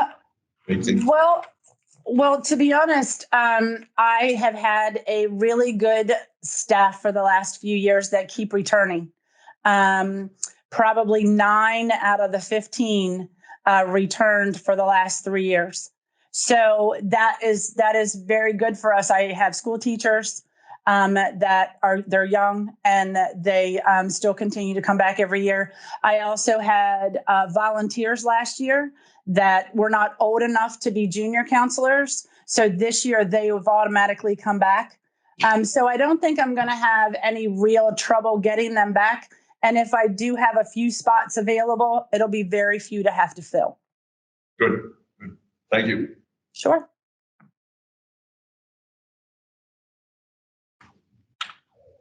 Anything else? Okay. Thank you, Debbie. Thanks. Thank you. Debbie. Thanks, Deb. You're welcome. Okay, so Dick, Debbie will let us know. I'm sure the pizza's on its way, and then we can, at 12:30, Debbie will come back in with her team. And we'll do racket. Huh? We'll do racket, and I think she's got the marina also. So I'm guessing 12:30, maybe an hour for her to do all that, if less, and then that's it for today. The fire department's coming when, John? Fire department they couldn't come today. I believe it's tomorrow. Let me just check. Tomorrow, Steve says tomorrow. Fire department tomorrow at 1. All right. And then the food and beverage, that's on there, right? Steve will present that to BNF and to the community. It's on there, right, Steve? Yes, 12:30. So tomorrow morning, we would jump right into the agenda at general maintenance, bulkheads, aquatics. We'll have done parks and rec. We'll have done racket. Correct. So then I could probably, we'll be done it with the 1 o'clock with the fire department. I'm not sure if he can come earlier. I can probably move food and beverage up if you're good with that. We'll see how it goes tomorrow, but I think tomorrow will be good. And then we're left with police and replacement capital. Right. And then Somewhere in so there. Today. That's today. Okay. You do have a park and rec. Okay. Okay. we just did rec and parks. And so this afternoon will be marina and racket sports. Okay. All right, I'm just going to put it on mute and check with Debbie where the food is. And I'm right here, though, Deb. All righty.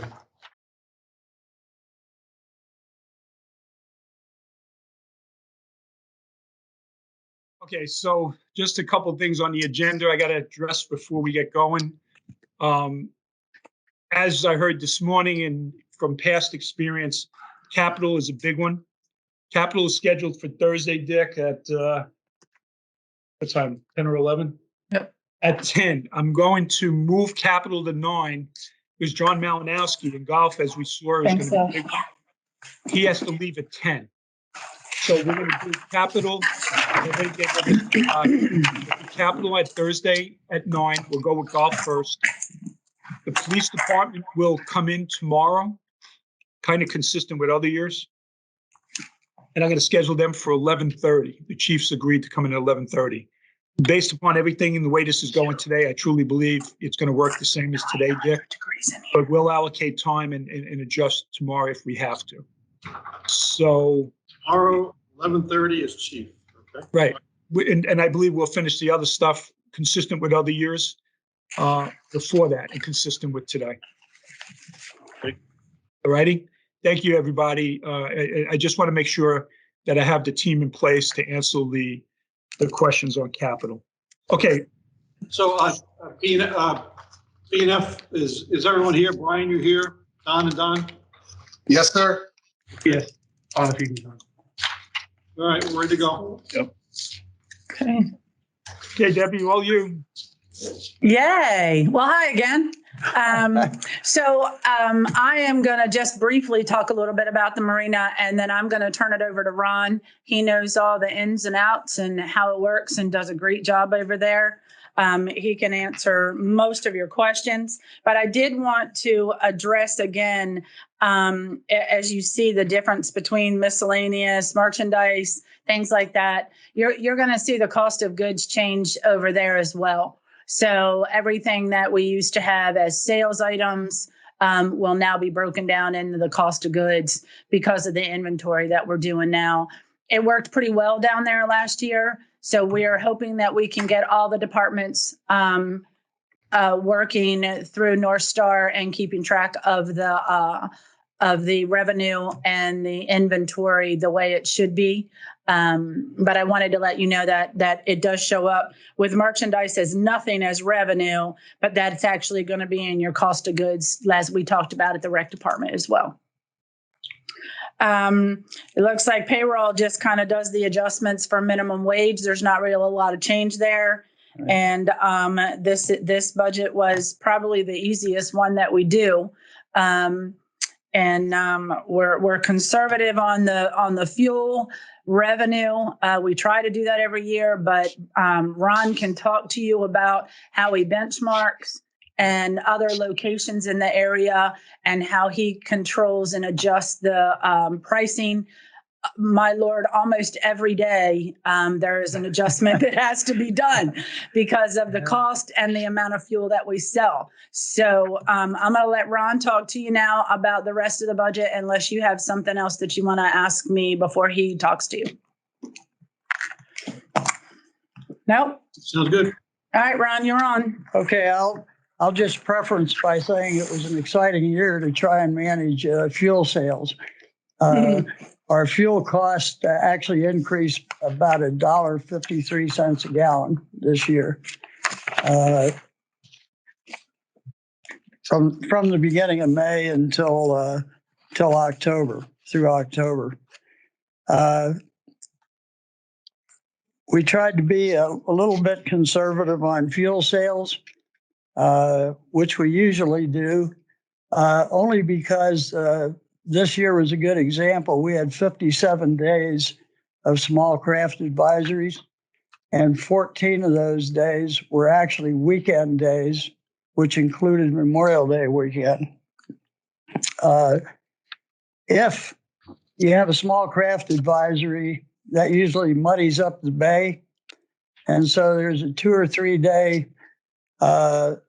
days following that when the fishermen aren't going out, because the majority are fishing for flounder and they need clean water. So it does affect our fuel sales considerably. Any specific questions that you have? Ron, I have questions on the new docks that are coming in. Are they going to be perpendicular to the T-docks now? Yes.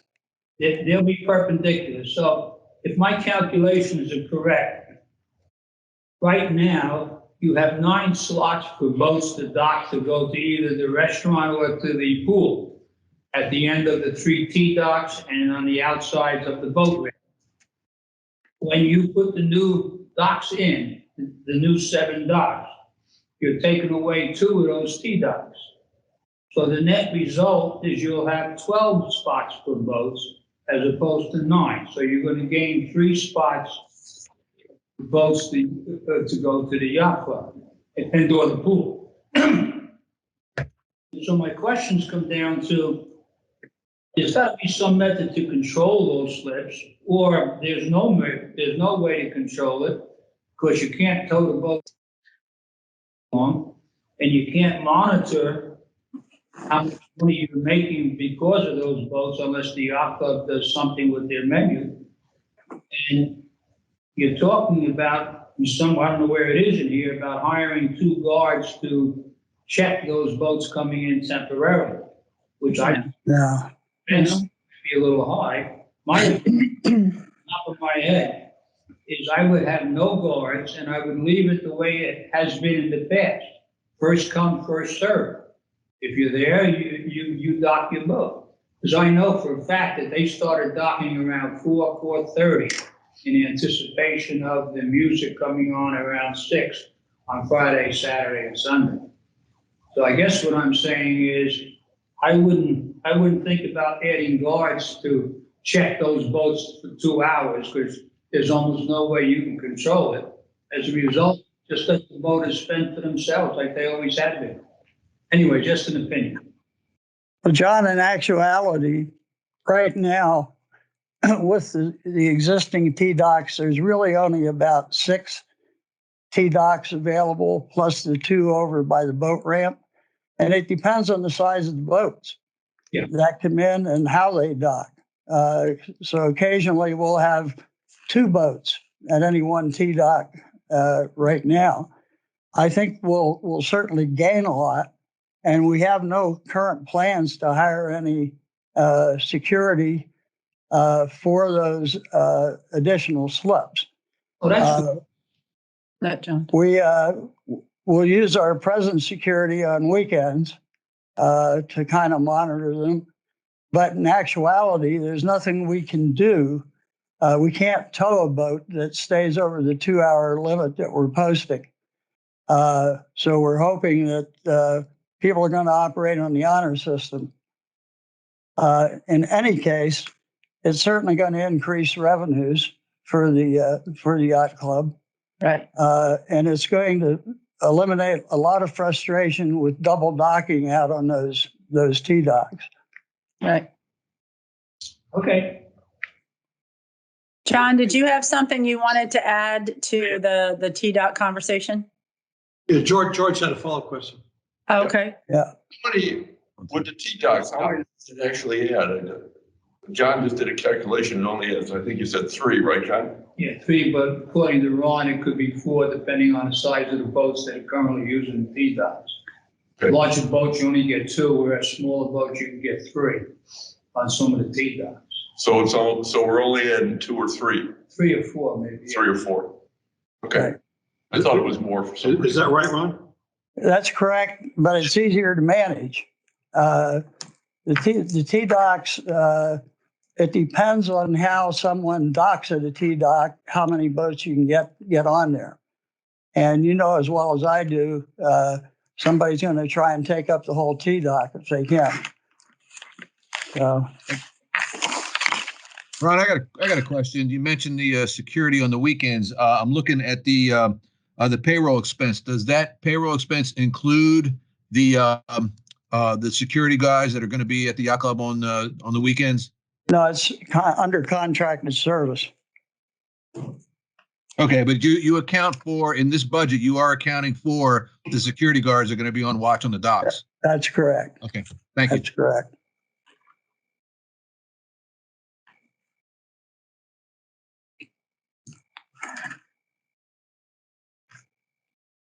I believe by adding those 6 docks, plus the use of T-Dock on B and the two docks over by the boat ramp, that will do very well. I do have a question. Have you Yes. guys considered mooring balls? I mean, I've been out there and I understand they can be difficult to get a slot. I think most folks do the honor system. I know those in our circle do. But have you considered a mooring ball or something that, you know, we could get our boats off to the side and somebody could pick them up? And, you know, plenty of us have other alternatives instead of bringing a large boat.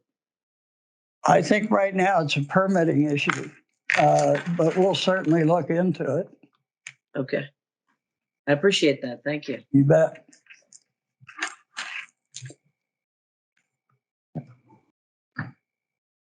Yes. Hey, Ron, can you hear me? Yes, I can. Hi, it's Amy Peck. I have a question. If you could address why you don't have an increase on the boat slip rates this year and what our waiting list looks like for Swim and Racket and Yacht Club.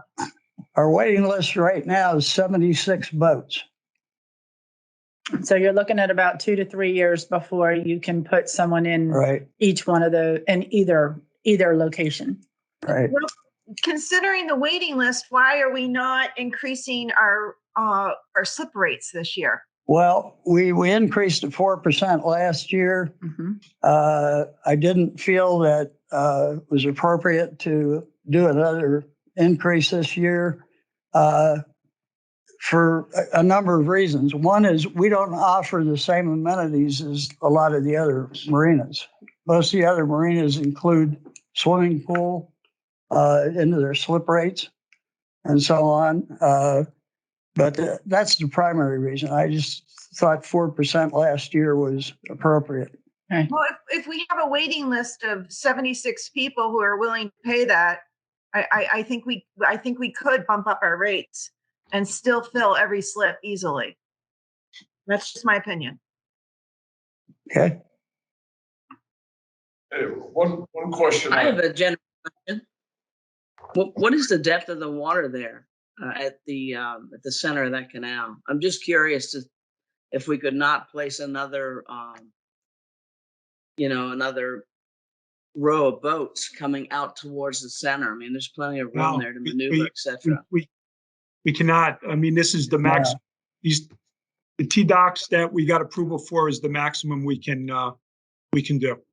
Okay. Yeah, they took all of that. And also, we can't charge for them, right, by virtue of the permit. Okay. Yeah. Thank you. Mm-hmm. Yeah. We tried. Right. Swim and Racket Club, numbers 1 and 2, not rentable, need dredging. I think that was true last year too. Are there any plans to do that? I know dredging is a complicated process. But. Well, we're looking at that. The problem we had in the past, we did have them dredged, and the first nor'easter we had just silted right back in. So the question is it worth it? But we're looking at it. Okay, thanks. We'd only be able to get small boats in there under any circumstance. But we had a real problem last year, and I think you need to know this. The person that rented slip 3 asked to be moved because the bathers on the beach were going out and taking his boat covers off and jumping on his boat and had sand on his boat and all kinds of problems. So 1 and 2 would be even more of a problem unless we look at some sort of security or security camera down there that would help us. I think you mentioned security triggers something here. Tom Piatti was mentioning that with the T-Docks, people coming in and use the hotel for meals, that it might make sense to have a camera that basically showed if there was empty spots in there. And so boaters can basically, when they're out in the water, can think about coming in if there's an empty spot there. thought that might be a very attractive thing. Have you given any consideration to that? Well, there actually is a camera that shows ADOC, so they could see on ADOC online. Okay. The camera does not cover DDoC, however, but it would cover ADOC and it would cover BDoC, the TDoC on the end of BDoC. Yeah, this is Josh. Real quick, I can jump in. We do have that installed, and Right. we're working on the logistics of getting that on the website right now. Right. Yeah, thank you, Josh. This did come up before. So Ron, I have a question on your pricing. Maybe you can explain how you approach the market pricing. In our current year to date and our estimate for the year and our proposed budget, it looks like fuel costs are about 81% of revenue. Previous years, the margins were better. One year was 75%, 78%, 80, 79% if I go back to 2018 here. So what do we do in our calculations to derive it, sell it for, and have we changed that calculation? In other words, reducing them. No, I have a specific minimum that I'll raise fuel prices, but what I do is I benchmark against the other marinas, and I try and keep our prices just a little lower than the other marinas. But this year, it's been a constant adjustment. I try and maximize however much I can maximize without getting above the other marinas. Are people actually out there? I couldn't hear you. Are people actually shopping fuel purchases out there? Like, I don't even know I just know where to go get fuel. I go and get it. So and it's at Ocean Pines. But are people out there comparing and shopping? And if we improved our margin, raise the price a little bit, would that detract much from our sales? I can guarantee you it will detract somewhat from our sales. People, whenever I raise the prices, we get screamed at. But people will look and shop around. Mm-hmm. Right now, we get a lot of boats from Delaware, and we count on volume. We do a lot more volume because we have the 5 pumps than anything else. But yeah, if I raise the prices above the other marinas, I can guarantee you there'd be a lot of screaming. And sometimes their cost is better because they have bigger tanks than we do. They have in-ground tanks. Are they offering ethanol? We offer none. They offer ethanol. Ethanol free, right? Okay. But I can guarantee you, if you go and look at last year, I did much better the previous year. Mm-hmm. And that was because my cost was better.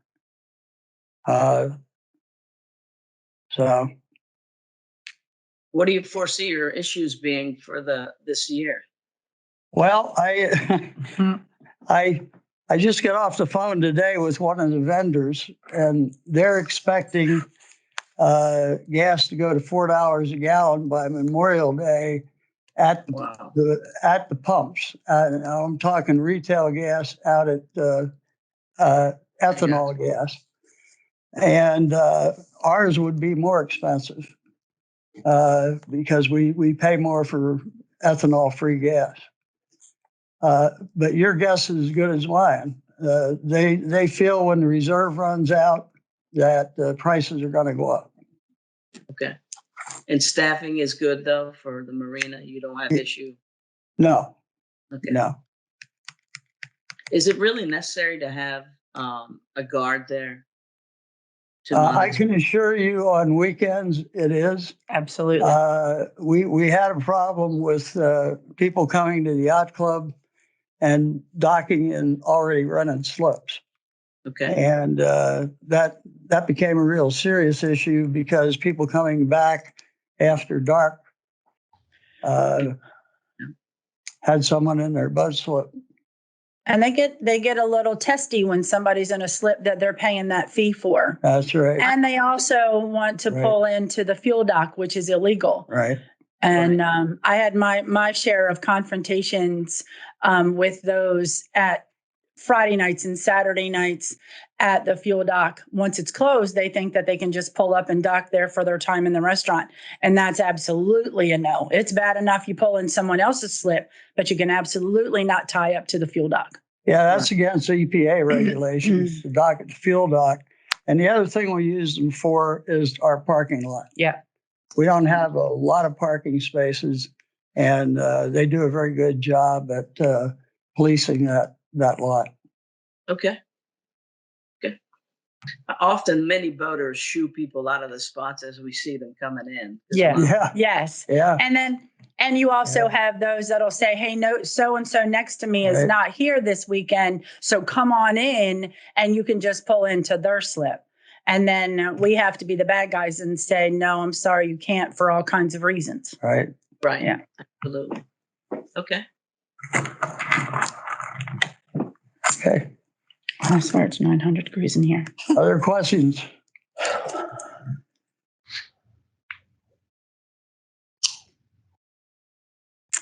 I don't hear any coming forward, so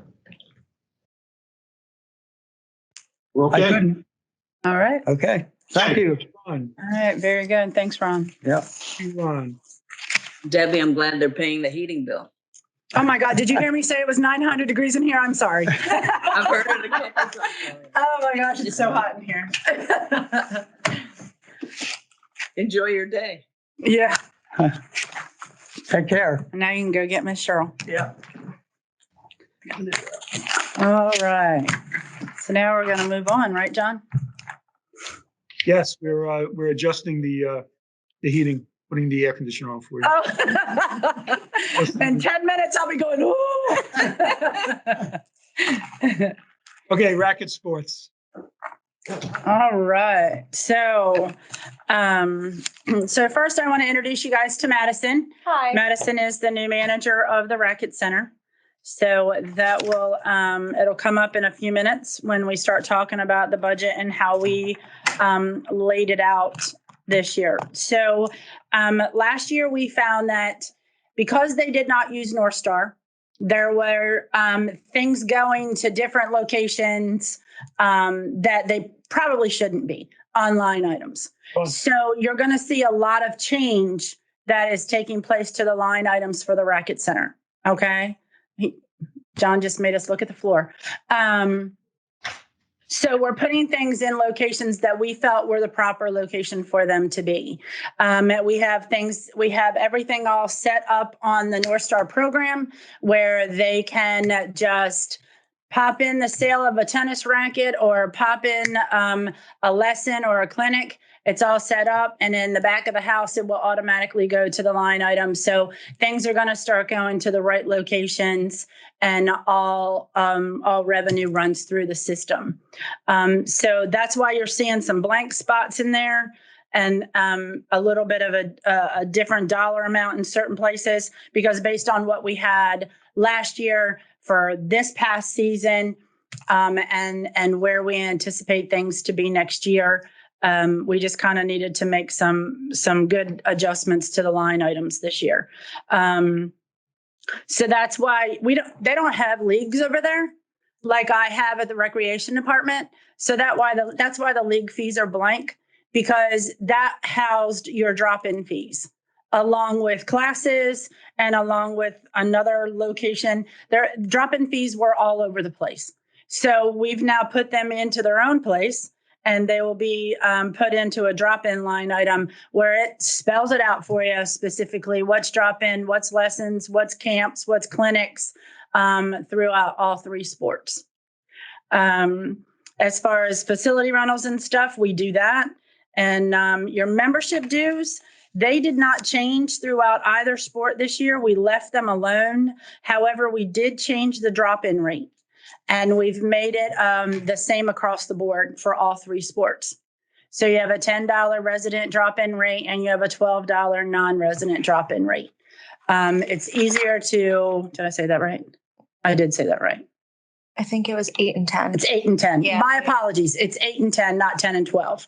The original conversation was 10 and 12. So we went with 8 for residents and 10 for non-residents across the board with all three sports.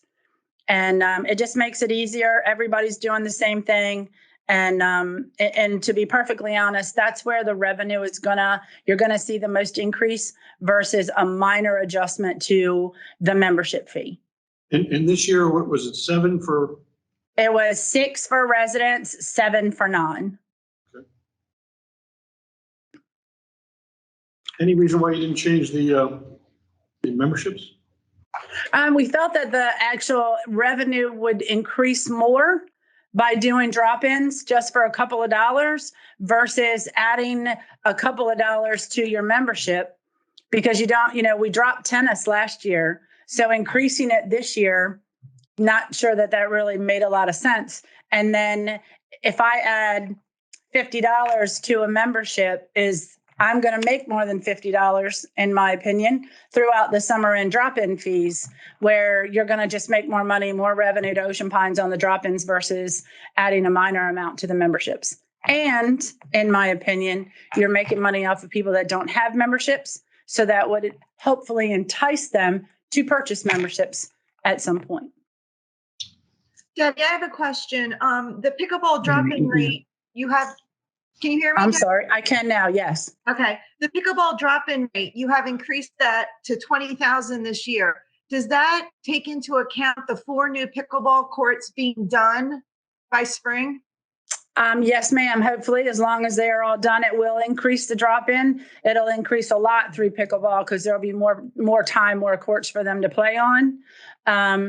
But that's an overall, because they increase numbers by tremendous amounts every year. So you think that $6,000 increase is doable? Yes. Thank you. Mm-hmm. Deb, do you think that the pickleball courts that are installed in Salisbury is going to impact us at all? Maybe a little bit, but I don't think it's going to be that bad. We get a lot of people from Delaware that play indoor and outdoor with us already. And I think that there might be some sort of impact, but I don't think it's going to be great. Okay. Thank you. Uh-huh. So Debbie, what's happening in a small amount of money, classes and clinics? What is that? That $1,500? What is that? I'm sorry, is it under tennis? No, under pickleball. Oh, I'm sorry. All right, let me get there. Sorry, I was still on my tennis mode. First page. Oh, so those are, the revenue there is just for classes that we host for pickleball and clinics that we may host for pickleball. Linda Hoist would sponsor clinics. And if you were, this was very popular. If you were an Ocean Pines member, you could attend those clinics for free. Yes. Is this for non-members attending those clinics? Is that what this is? Yes. Yes. Are we going to continue with her doing that? Yes, as long as she comes back. She gives instruction. She is a paid instructor to give lessons to individuals. And as far as I know, yes. I tell you what, her free clinics for members was extremely popular. Yeah. And I think that drove the membership numbers up this year as a result of something like that. Mm-hmm. Well, something for members over and above somebody paying as you go. So right. They're really popular. And my gut tells me that just going from $6 to $8 for drop-ins, your membership's going to increase. I think so as well. It would be beneficial for them. And the pickleball facility rentals, what is that?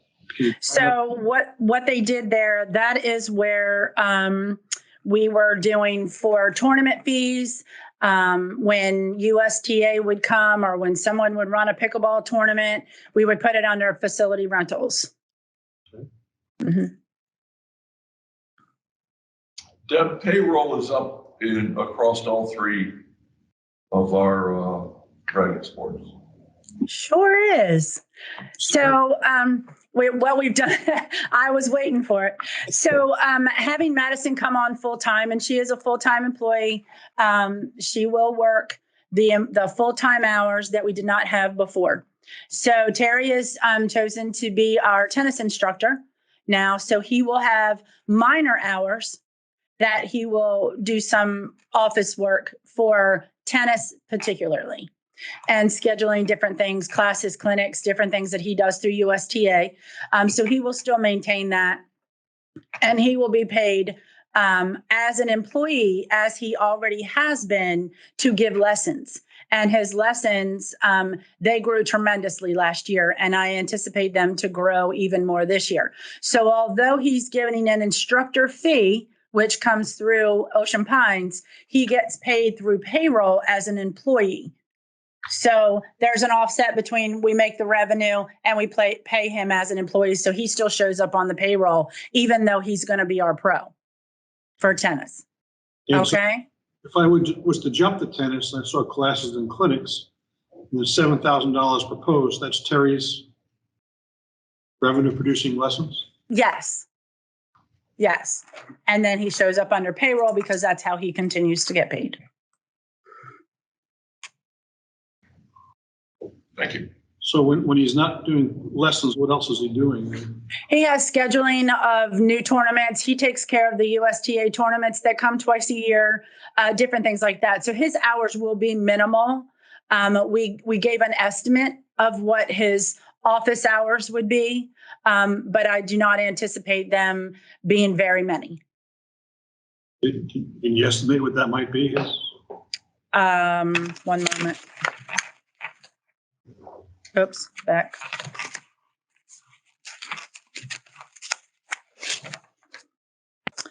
So we allotted for 10,000 for him for the whole year.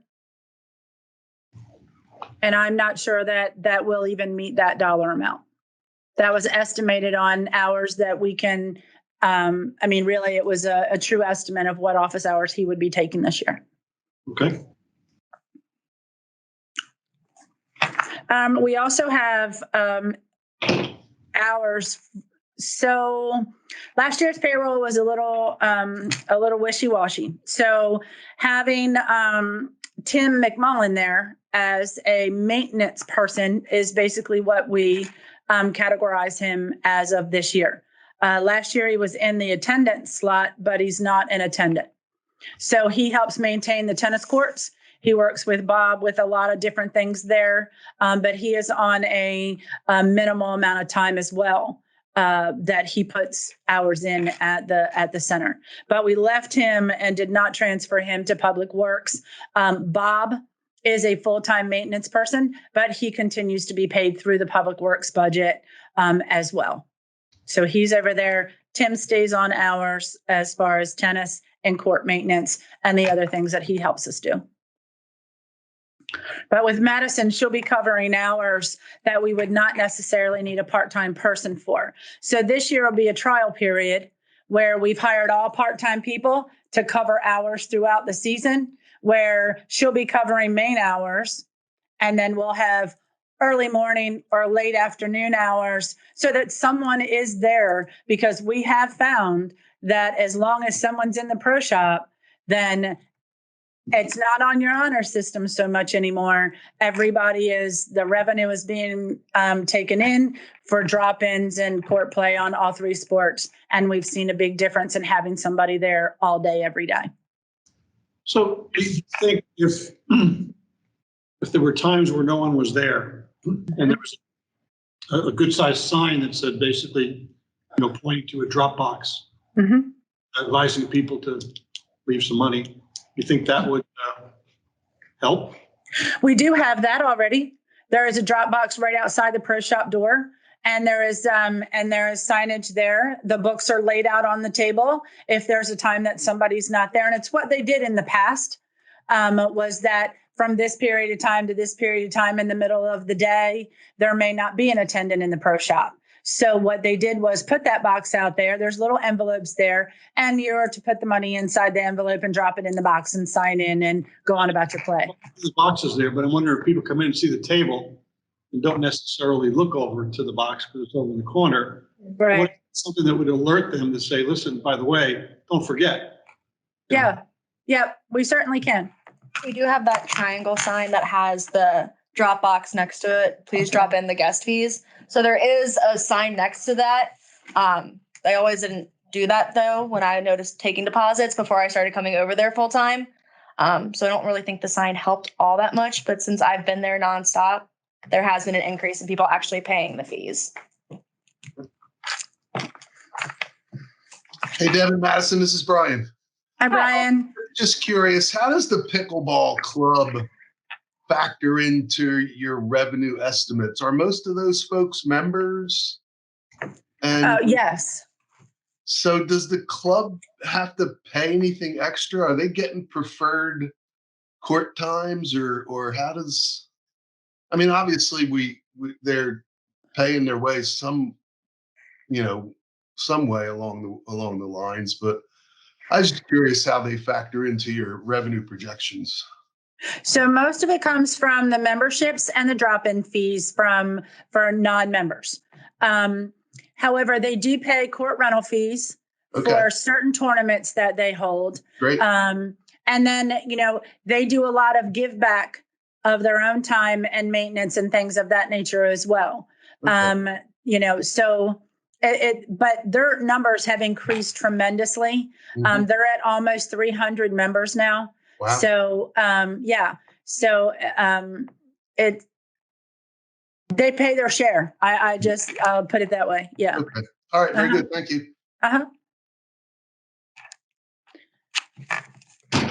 So as far as platform is concerned, I just wanted to kind of touch on that a little bit. They have been doing very well this past season at increasing memberships, holding classes and clinics to start to educate people and have people come and play.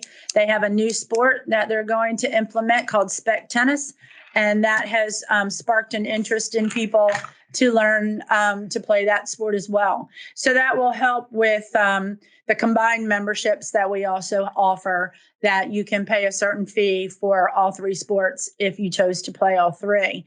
But they've done a really good job at bringing in new members. And there's some, obvious changes that will get made over there this year to increase revenue. But the platform group, they're really working well together to increase performance over there and memberships over there and to increase the revenue. Hey, Deb, can you hear me, Deb? Yep. For platform tennis, when I was looking, I didn't see anything about a water line that they requested for cleaning off the courts. And is anything happening with them getting a new paddle hut? So we discussed the paddle hut. That is something that we are still under the direction of.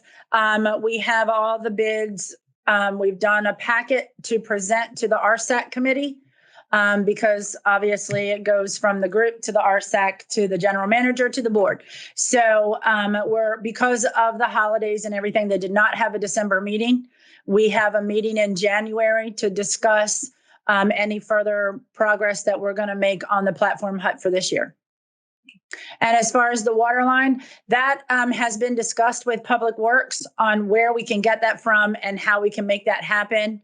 And that is still in the works of trying to get that for them. Mm-hmm. What's the purpose for paddle hut? They need more room. And see, because platform is considered a winter sport. They literally, their main time is right now when it's freezing cold outside. So what they're looking for is a larger building with more space for people to wait inside, the visibility of all of the courts, so that while you're waiting inside, you're watching the game that's being played there. So at that moment, so that when they're finished, you just kind of transfer one goes in, one goes out kind of deal. The one that they have, I mean, obviously was a guard shack apparently at the Southgate Pond. And it has seen its better days. And they do, in fact, need a larger space because once you put about 3 or 4 grown men in there, there's really no room for anything else. If you've not been inside the hut, there's shelving that comes off the walls. There's file cabinets that could come out and make a countertop. So really their space is limited inside the building.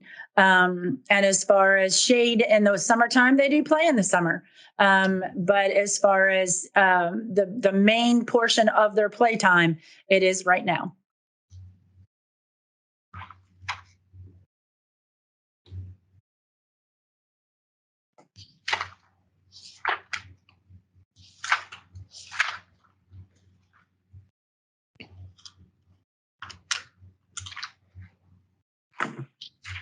Debbie, can you address the redoing of the tennis courts, the $15,000 Sure. expense? Sure, that is an annual refurb that we have to do to the hard true courts. Every year they get cleaned. I don't know how you really want to, what you really want to, terminology you really want to use, but they the lines pop in the winter when it gets really cold. So they clean them, they redo them, they put the lines back down, they make sure that it's all set and the nailed down properly, but it gets done every single year. So it is every year it is a $15,000 expense right off the jump. Now I do know that Bob and Tim McMullen have been working very hard out there to keep those courts rolled. So hopefully the maintenance, that we do have to do out there won't be as intensive, but it just, as long as they can keep those lines down, from popping in the cold, then we should be pretty good. But that is an expense that we have to do on those courts every year. Hey, Deb, I have a question. Sure. I'm looking at the for platform tennis. You're projecting a loss from this year of $582 to $14,931 for next year. Mm-hmm. However, I don't see your rates going up at all. No, okay, go ahead. I'm sorry. So, the loss is increasing by over $14,000 this year, but yet the rates remain the same. So, how can you explain that? So, like I said earlier, we chose not to change the membership rates to increase those. Part of that deficit is because we've added Madison full-time year-round, and we are making some changes over there with some of the classes, the length of time that they give free classes, things of that nature. So we're hoping to bring in new classes and clinics, but at this time, we have to go with, what the numbers say, anticipate adding new memberships over there. Like I said, they've been working diligently with. But as far as the memberships, we did not make any changes to them. Are your individual rates, like for a resident 6 to 8 and 7 to 10 for non-residents, were those for all racket sports? Yes. Tennis was actually $10 rates last year, where pickleball and platform were 6 and 7. All right, so tennis, what is tennis now this year? They're going to be the same as everybody else. It'll be 8 and 10, which will help them, I think. And so everybody will be even across the board. So it's pickleball is 6 to 8 and tennis is 10 to 8? Yes. Or 8 to 10? 8 to 10. Yeah. Deb, can you address the Public Works was doing in-house repairs of the courts? And when I was over there, I saw some of the repairs and it seemed like that might be a specialty job. Do you think Public Works is going to be able to maintain the courts, or are we going to have to contract that out? So this was the first time that we've done this. We wanted to see if it was possible for us to in-house fill the cracks and be able to maintain them ourselves. It was a new process, a new procedure, and we have found that it is difficult for us to do it. However, we may have chosen not quite the best time. The problem that we find is that when water gets up underneath, you have no idea really how far down the cracks may go. So when the liquid that they put in is an expansion type liquid. So you can keep pouring and keep pouring and keep pouring. You have no idea how much you're having to put in there because it will I lost my words. So having to fill all of them and do the maintenance that we did probably can be done again at a better period of time because court maintenance isn't necessarily done when it's cold. Yeah. Okay. Now, again, we tried this for the first time to see if it was going to work and if we could save the money. Okay. It may or may not be able to be something that we can do, but it's something that we need to look at as we go into the spring to see if it's something that we can follow the whole process, get it all done completely and correct. But right now it looks like we will have to do more maintenance to court 10 and between courts 9 and court 10 and possibly redo the painting of the courts. Okay, thank you. Uh-huh. Just one more, let me go back here. So tennis non-resident, the rate this year, next year. I'm sorry, say that to me again. You kind of faded out. Non-resident. Mm-hmm. What is this year's rate and the proposed rate next year? So this year they did a flat rate of $10. And it was supposed to have been 10 and 12. And then something happened in the mix and they were only all being charged $10 for tennis drop-in. Okay. So moving forward to this year, all 3 sports will be paying the $8 resident and $10 non-resident rate. Okay.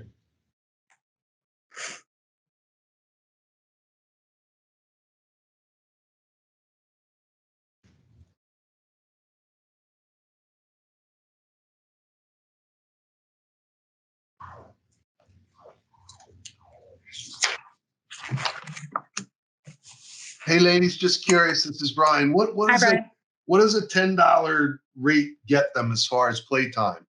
Are they're allowed to play one game, or they're there for several hours, or what? That $10 rate is a drop-in rate. They can play for as long as they like. For that day? Yes. Okay. All right. Thank you. Uh-huh.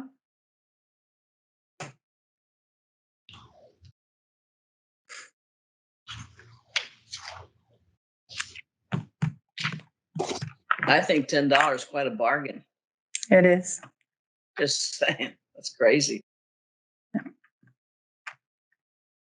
You can't go very far for $10 a day.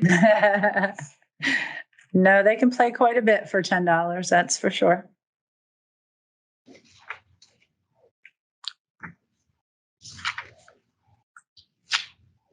Okay, anything else for racket sports?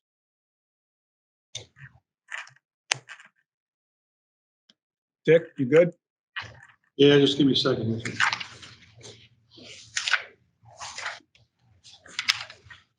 Just a couple of things while we're waiting, and Debbie, excellent job, Madison. We are going to probably look at outside contractor. We always try to do something inside to learn from it, see what it cost us.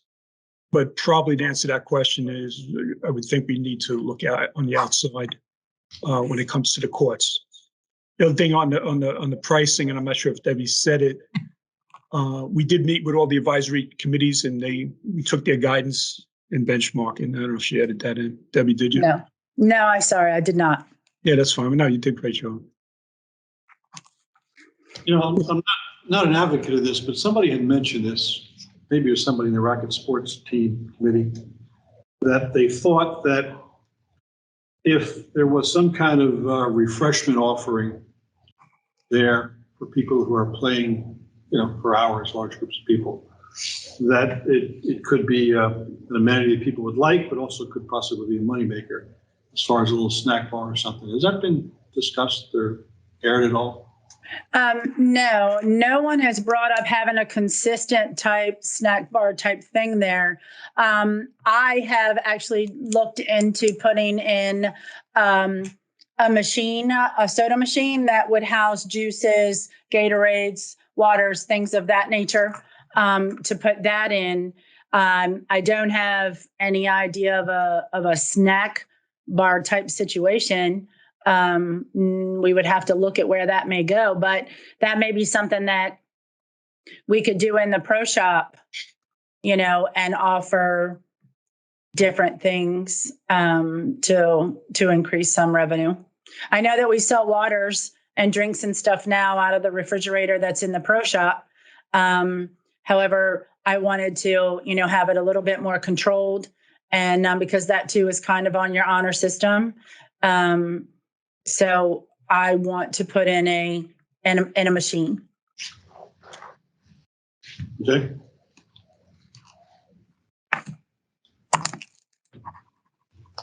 All right. We don't have any more questions. Anybody have more questions on the? Where would we put a snack bar? It's interesting. Okay. Thank you. Very good. Yes. Welcome. Thank you. Have a great day. Thank you, guys. Debbie and Done. Matt. Have a good one. Okay, so Dick, that's basically all our presentations for today. Any other questions? Steve's here. Myself, anything else? Any follow-up? Just a review for tomorrow morning. We got general maintenance, public works, bulkhead road reserves. Yes. Aquatic beach parking, police at 11:30. Yes, and Steve will do food and beverage. We're going to handle it just like we did the DMA study, like Dick. And again, if any other questions come up, we're prepared to answer them and follow up when Ralph comes back from holiday. Okay. And so once again, what fire department was when? Fire department will be 1 o'clock. That one's locked in. I do believe I can get the police in at 11:30. And then we'll be taking, I believe tomorrow's sandwiches, Southside Deli. Yes. Yeah. So Debbie will be, somebody will be working with your team. Okay. So that really then leaves for the last day, capital. Capital, 9 o'clock. We changed that. Josh is going to change the agenda with Ruth Ann. I think the capital is going to be very important. John Malinowski will be out of town at 10. I'll start off with golf because I think your team's going to have, and everybody else is going to have a lot of questions there. Okay. All righty. Yeah, I think that's it from our end, Dick. All right. Thank you guys very much. Okay. Thank you, everybody. Thank you.